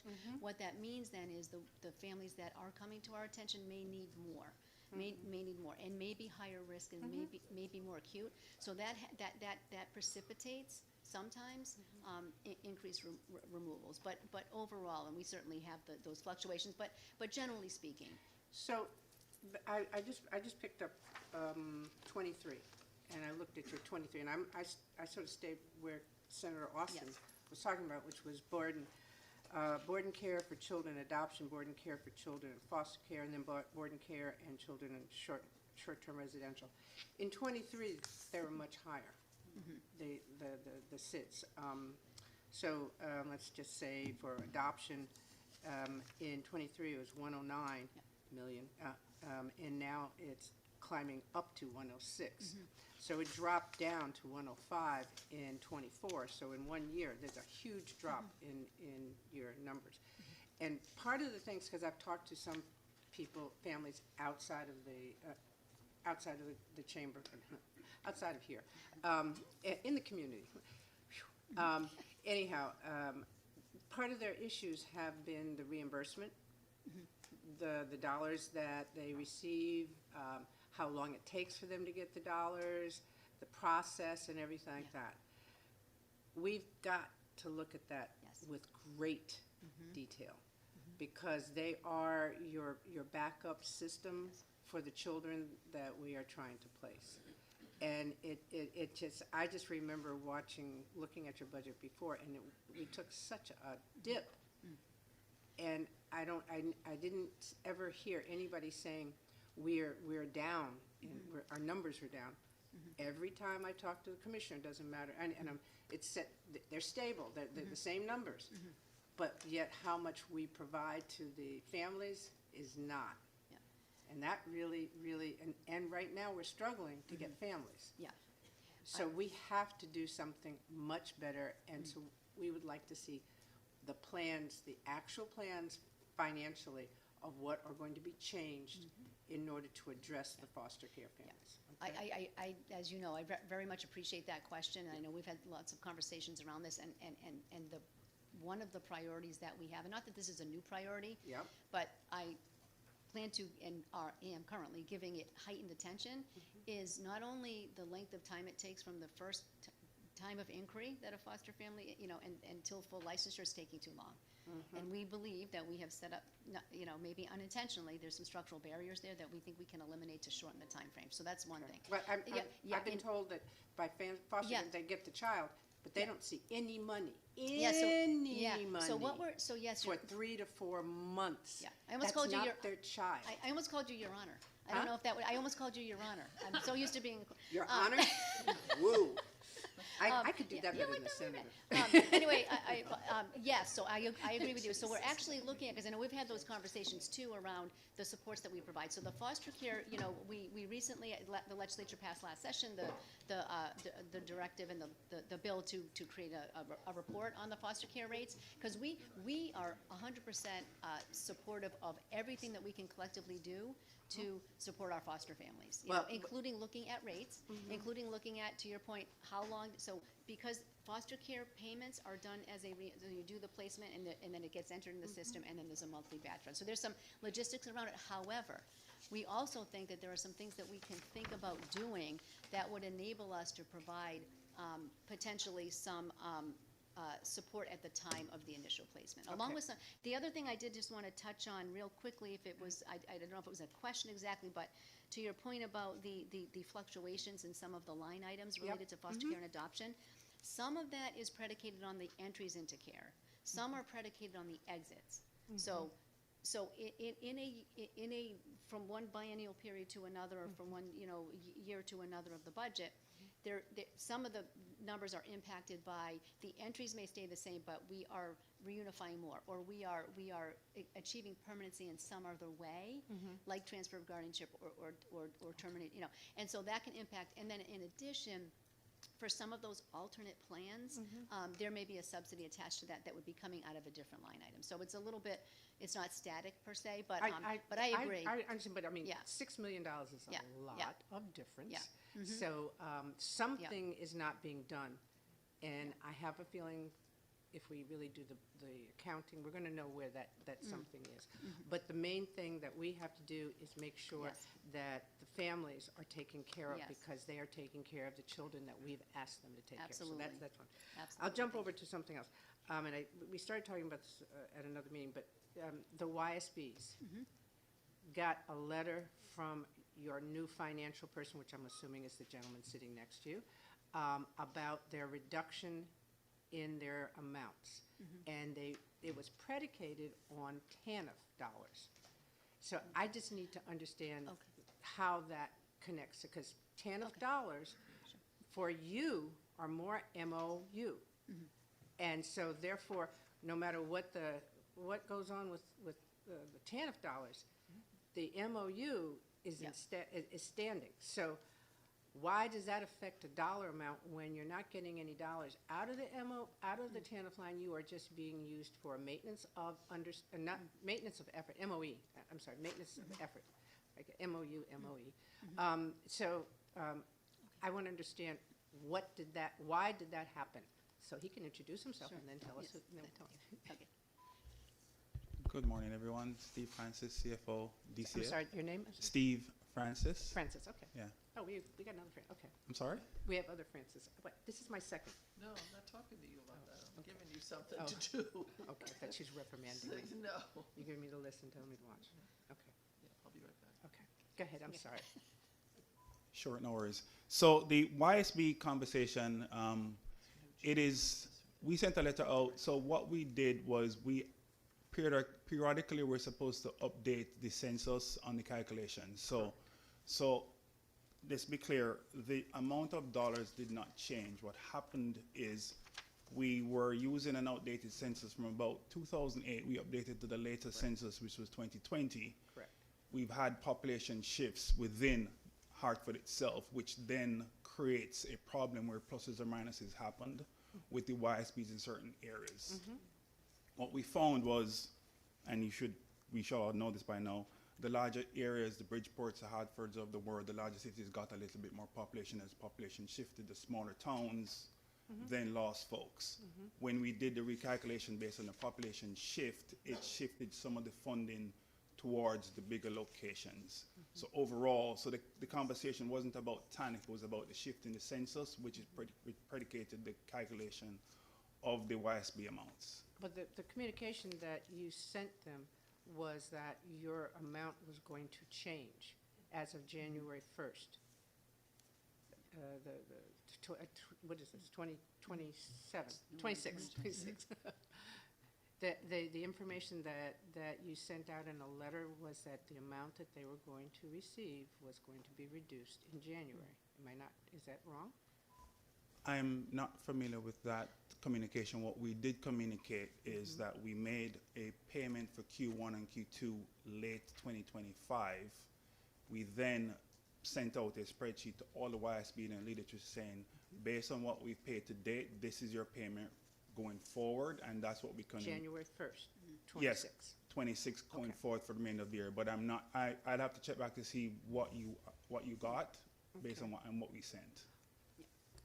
The main thing that, like foster families, and we contract with the people at the beginning of the fiscal year for us, which is July 1st. When you affect the dollars that they are receiving in that 1-year cycle, that is not a fair exchange.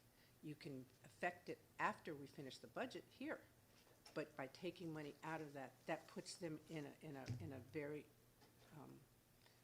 tenuous situation about how they're going to operate. So we need to have an understanding of how we're going to fix that, because we don't need to lose YSBs. We need to keep them, and we need to make sure that they have the money that they have had their contract. So whenever we have this, we'd like to have that discussion so that we make sure that we're not harming a nonprofit, that we are trying to really elevate and expand in here. And I understand about the maintenance of effort, because when I first started this, that was my first lesson about how it was calculated and how it went to effect for the benefit of DCF, because we have a certain percentage that we have to give out into the world that is going to be considered maintenance effort in other areas that are affecting the population that we are supposed to oversee. So it's very important that we don't change anything in midstream. We should only be changing it towards it. And I understand because of the fact that we used old census, but I think that's our issue because we agreed to it. So we just have to sort of suck it up until the end. So we can have that conversation in our That would be great, Your Honor. in our round robin. Huh? She called you Your Honor. I did it again. I'm sorry. Representative Walker. Wait. Heavy is the head, light is the crown. I I couldn't know. help it. Uh-oh. I've created a. I'm sorry. No, I just remember that quote very well. Very well. Very, very well. I think it was Yes, quoted in, Representative Walker, I think it was we quoted will- in somebody's text messages or something. I don't know. Somebody- Yes, we will come prepared to talk about that in a little bit more detail. Okay, thank you. Yes, Thank you. Thank you. Representative Nuccio. Thank you. So I know you and I have had conversations. I'm going to kind of echo what Senator Austin said. I'm not a fan of the forced reunification. You know, I've seen more cases where it's done more damage to kids than it has to anything. So I understand what she's talking about. I will just say that this is probably the least amount of changes I've ever seen to a DCF budget since I've been here. This is like minimal. So there's not a lot to kind of poke at for information here. But across the board, two things that we've been asking everybody to do is bring a breakdown of your OE in detail, like what is in that number. You can lump it together, but kind of like if there's any programs or anything like that. I was a little shocked to see the number for legislative grants as low as it is. I thought that there were more in here. So I know you're going to be bringing what's in those legislative grants, but the other thing that I've been asking is for all of your SIDs here, all of your line items, if you could just bring a high level of what that program does, who exactly it's helping, and any measures that you have that you're looking at it for, how effective the program is, I would appreciate that. And then I think Representative Walker hit on something, because I have noticed too, over the 4 years that I've been here, there's a lot of fluctuation in your budget. Like one year you'll say, you know, we can give back this amount of money, we don't need it for room and board, you know, we need it here and there. And I think you hit on something that I don't necessarily think we track well or that we understand well, and I think that high level might help us. But if you can show the differences, because again, like I've seen swings in your budget where it's like take $18 million out of this, we're going to put some money over here. So you have a lot of programs that you're utilizing to place children that need to be placed and programs that they're in. Can you show us how, like what you replied to her with, you know, well, that we might take them out of the room and board and then we might have to put them over into this program. I think it's important for us to understand how those swings happen and kind of how your program functions that way, because maybe room and board is not the right placement for this child. Maybe you need this in another one of your line items. And I think because we don't really understand all of those different line items, that it would be good to understand how your flow goes and how your money tracks that. Right. Absolutely, yep. Okay, thank you very much. You're welcome. Senator Lesser. Thank you, Madam Chair. Thank you, Commissioner. And just wanted to follow up on some of the questions that I've heard from a few of my colleagues. You know, first of all, I do think that you guys had a massive lapse a few years ago, so I understand that that's had some impact on the budget. But I just want to sort of express some of the concerns I'm hearing from my district and from some of the organizations that work with the Human Services Committee, which I also chair. And, you know, one issue, you know, all children served by DCF are by definition vulnerable. The most vulnerable group, I would argue, within that vulnerable subgroup are the kids at receiving care at Solnit Children's Hospital. And in recent months, I've started hearing quite a few concerns about staffing. Once again, I know the chairs came out to meet a few years ago with the then commissioner and with the staff. But I'm hearing again that there are persistent staffing issues. There are also issues with accessing training and whatnot, and that creates safety concerns. So I'd love to get more information about just general DCF staffing, and then also within Solnit to the extent to which you're filling those positions. Thank you, Senator, yes. Certainly the complexity of the need for the kids that, I mean, as you know, the Solon Hospital is the highest level of care, psychiatric care that we have in the state for children. So, you know, it is challenging sometimes to be able to keep that staffed the way we need to. There are, you know, oftentimes in staffing generally across the department certainly is something that is one of our areas of top focus because we are turning over a lot of people. And in the facilities that we operate, there are, in addition to the normal turnover that we see in our child welfare, you know, social work stream, staff that are out on, you know, either workman's comp or you know, leave of some sort. And so we're doing a lot to try to make sure not only incentivize the attraction for people to want to work there, but to retain them as well, and making sure that for some of the kids that really need an intensive level of staff to patient ratio, that we're able to actually, you know, with the first priority being the right support for the child, but to be able to staff that in a way that is safe for the child and safe for the staff involved. So I agree with you on that, about that challenge, and I think when and we'll have more information for you at the work group around that issue. What are we doing around it, and what have we seen? Because we have seen that be a continuing challenge for us. And I do think that the acuity of the need is contributing in part. But that's our responsibility. That's our responsibility to serve those children in that setting. Yeah, I understand that hiring in the state is always by definition slower than the private sector, and I get that. But I've heard things have gotten better at times and things have gotten worse at times, and I'm hearing that things have slowed down in recent months, and I'd love to, if you could take a look at it and report that to the work group. Just sort of on a similar vein, you know, the chair talked about one issue with the YSBs. I've heard from a number of other organizations that work with DCF, urgent care crisis centers, pediatric mobile crisis, and then just the overall groups that were funded. We tried to do a cost of living adjustment in last year's budget that promised funds have not yet materialized. And, you know, we're right now in February and the budget started in July.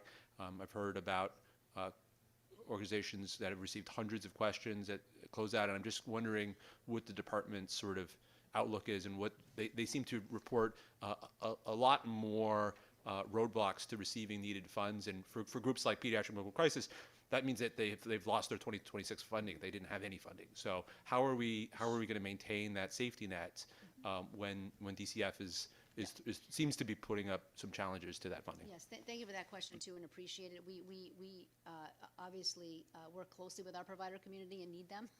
You know, we can't do the work alone without them, and so we also hear some of those same concerns around some of the fiscal challenges. We actually spoke as recently as this morning around the COLAs. They are in the process of getting those COLAs out the door.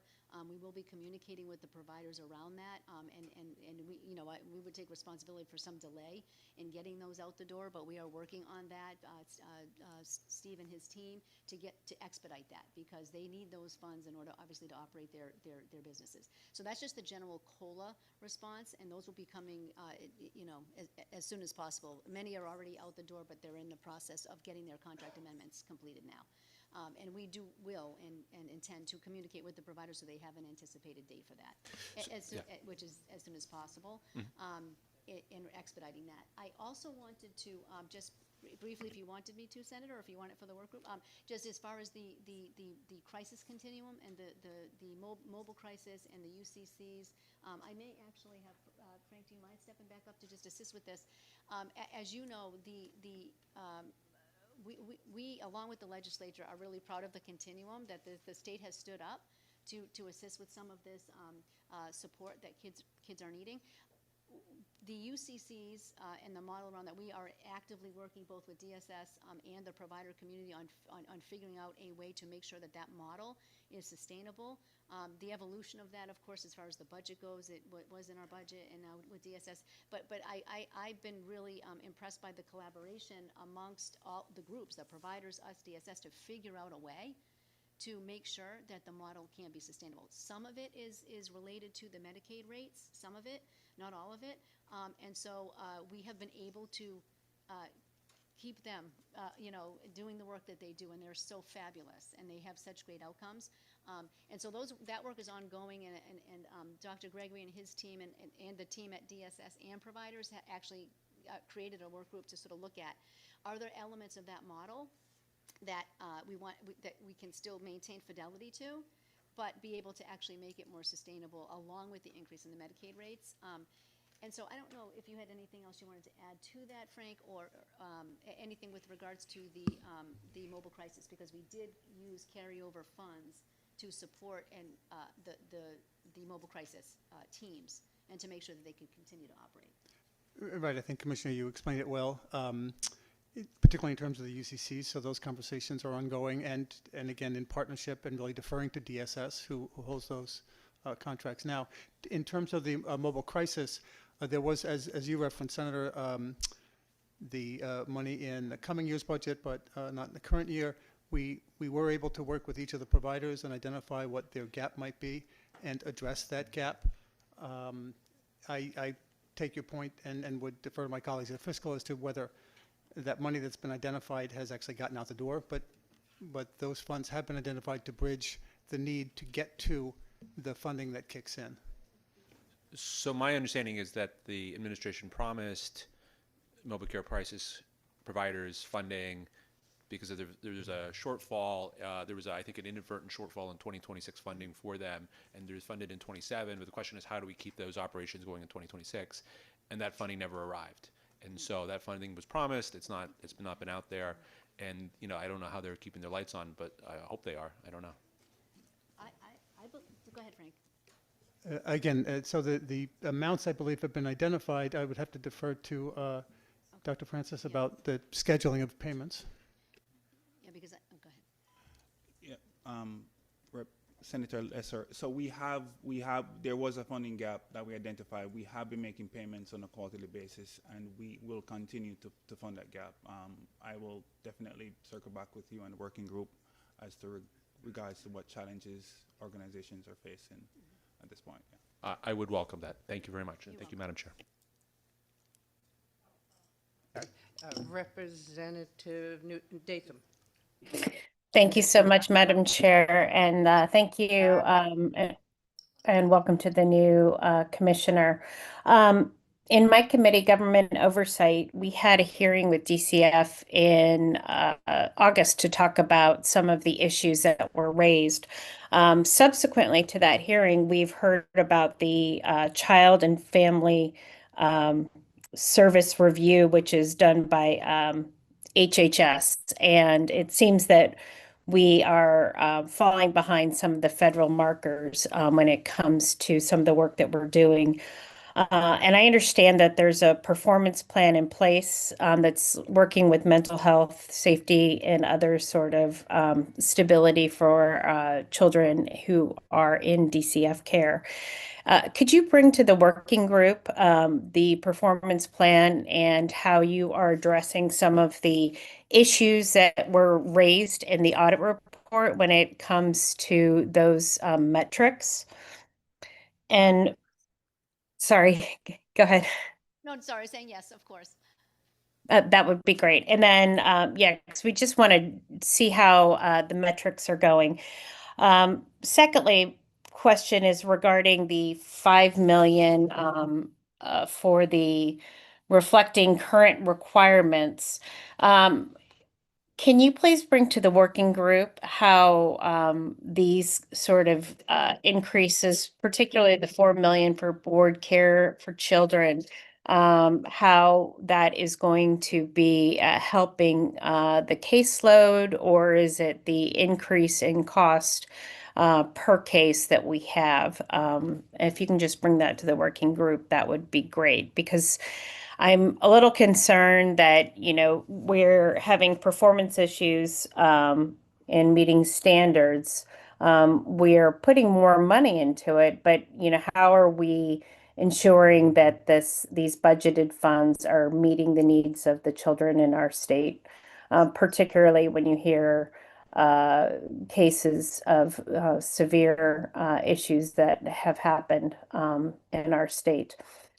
Particularly, I'm concerned around child trafficking, and I see, the cuts that we have made, and I just want to make sure that the cuts don't affect some of the programs that we have around human trafficking, especially for children around Love 146. So if you could bring all that to the working group, I greatly appreciate it. Yes, we certainly will, and I appreciate that conversation because there's certainly no intent at all. In fact, we're sort of enhancing what we're doing with the work with our heart teams and with the folks that help to serve our kids in the trafficking community and who have been in need of those services. So we can Yeah. talk a little bit more about that because we work closely with Love 146. So. Yeah, particularly, I get worried when we take things out of specific line items and then we group them into other expenses or various grants and things get lost. And then I worry about, are we addressing those priorities? This was a huge issue that we talked about in August at the meeting, and so much so that my committee is looking into this and working at legislation that would address this. But looking forward to the continued conversation, and thank you, Madam Chair. Thank you. I just want to pick up right there with Representative Datham. Then why did you eliminate Love 156? 146. It's actually not, Rep Walker, it's actually not eliminated. Love 146 has been regrouped into other grants or legislative, I'm going to find the nomenclature here. It's been moved into another line item, and that line item is and that's, okay. legislative. So it's grouped into legislative. Various grants. Various grants, actually. Mm-hmm. It is. And that goes back to what I was talking about with DSS and everything. This common term of legislative earmarks or things like that. The program was signed, or I think reached out to, because we had no formal program that was working with trafficking, and we know they had a track record in other states that they did their work in. So when you call it a legislative earmark, and you're not calling it, Yeah. I'm talking to the people that are listening, that when you call it a legislative earmark, it sounds like This is something that the legislators do and not that the agency does. But the agency does do this, and this was a program that you all liked, and it was important, and we felt that it was important because we also have a group like that in our JJPOC that focuses on, in fact, Representative Gilchrist is one of the co-chairs of it, because when you see a lot of women going through York and coming through those, or coming out of our foster care and ending up being trafficked, there's a pattern, and we've got to figure out what the pattern is and what are we not doing in order to stop that pattern. So it's more important that we stop trying to say, well, you paid for that and I paid. It's something that has to be addressed, and if this agency that Love 146 is doing a good job and they helped us in understanding it, then that's the most important thing, because it's almost like you always want to say Republican, Democrat. It doesn't matter. It's the state. The state needs help, and we've got to find the best place for it. So that was something that I noticed in that. There was one other question I had, but I'll leave it alone. There's nobody else. There's nobody else. Tammy. Was on this list still. Oh, she's on the list again? Where- Oh, she's, I just asked her question. Okay. I got this. I got this. Teacher food. So I just I look forward to talking about some of those underlying issues, and the substance abuse that's in here too. This is something that, again, I'm sure the public doesn't understand. If I hear substance abuse, I think Demas. But it's like, there is an age that we have. I mean, is it better that Demas takes all the mental health so that everybody knows that's who I go to?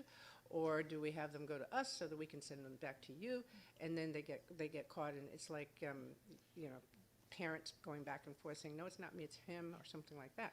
So for your purposes and for the public's purposes, is it better to have one agency that handles mental health, just like we have one agency that handles Medicaid, we have one agency that handles judiciary? I mean, those types of things. I don't know. I just something to think about, because of. I also, we give a lot of thought, I think, as a system over the years to sort of figuring out what's the right framework and model for the delivery of service. And I think there's benefits to having specialization in a, so for example, but there's also, I hear you. I think the great thing about, I would say, how we operate here in Connecticut, though, even if we have a specialized focus on children's behavioral health and children's substance use disorder, because we do have children who may not, who have that, but they may also be in foster because they're neglected and abused, right? So we have that piece where we would have to, so sometimes it's hard to say it's one or the other, but I will say one of the things that's terrific in stepping back into this seat again in this new role is the partnership amongst the agencies that work together on these issues. I mean, I always knew it was there, and I know it's been operating like that. But on a lot of the program planning, and the substance use disorder category is one of them, where the partnership with DEMAS and others, but DEMAS is, in particular, and DSS is looking at, are we effectively providing the type of service that's needed? How are we monitoring that? How are we measuring it? And we're always at the table together, which is really great, because there are, of course, those unique circumstances that come up when you're serving children and families, different than just an adult single client. But it's always, I think you're right. I think the other part is, though, each one of the agencies has to develop a system. And when you spend a lot of time developing systems, it takes a long time to actually get it out to the front stoop so that people can use it.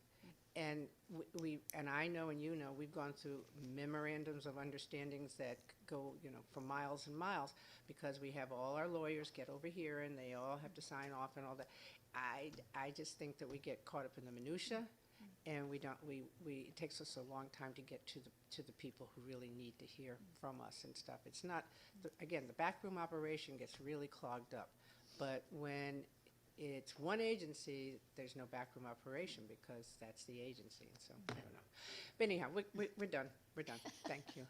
We've had enough. So anybody has any questions, please submit them to Madam Administrator. God bless you. Madam Administrator, and we look forward to our work group. Thank you very much. Have a great day. Appreciate your time. Thank you. So that ends the appropriations human services public hearing. Not the public hearing. Oh, no. Human Services Agency briefing. The public hearing, stay tuned, it starts at 2 o'clock. And we have, how many people? 243. 243. It's short by 100 from last night. Last night we had 350 something. So that means that instead of ending at 1, maybe we'll end at 12. Have a wonderful afternoon. Tony, I got a lot of questions. Oh, shut up.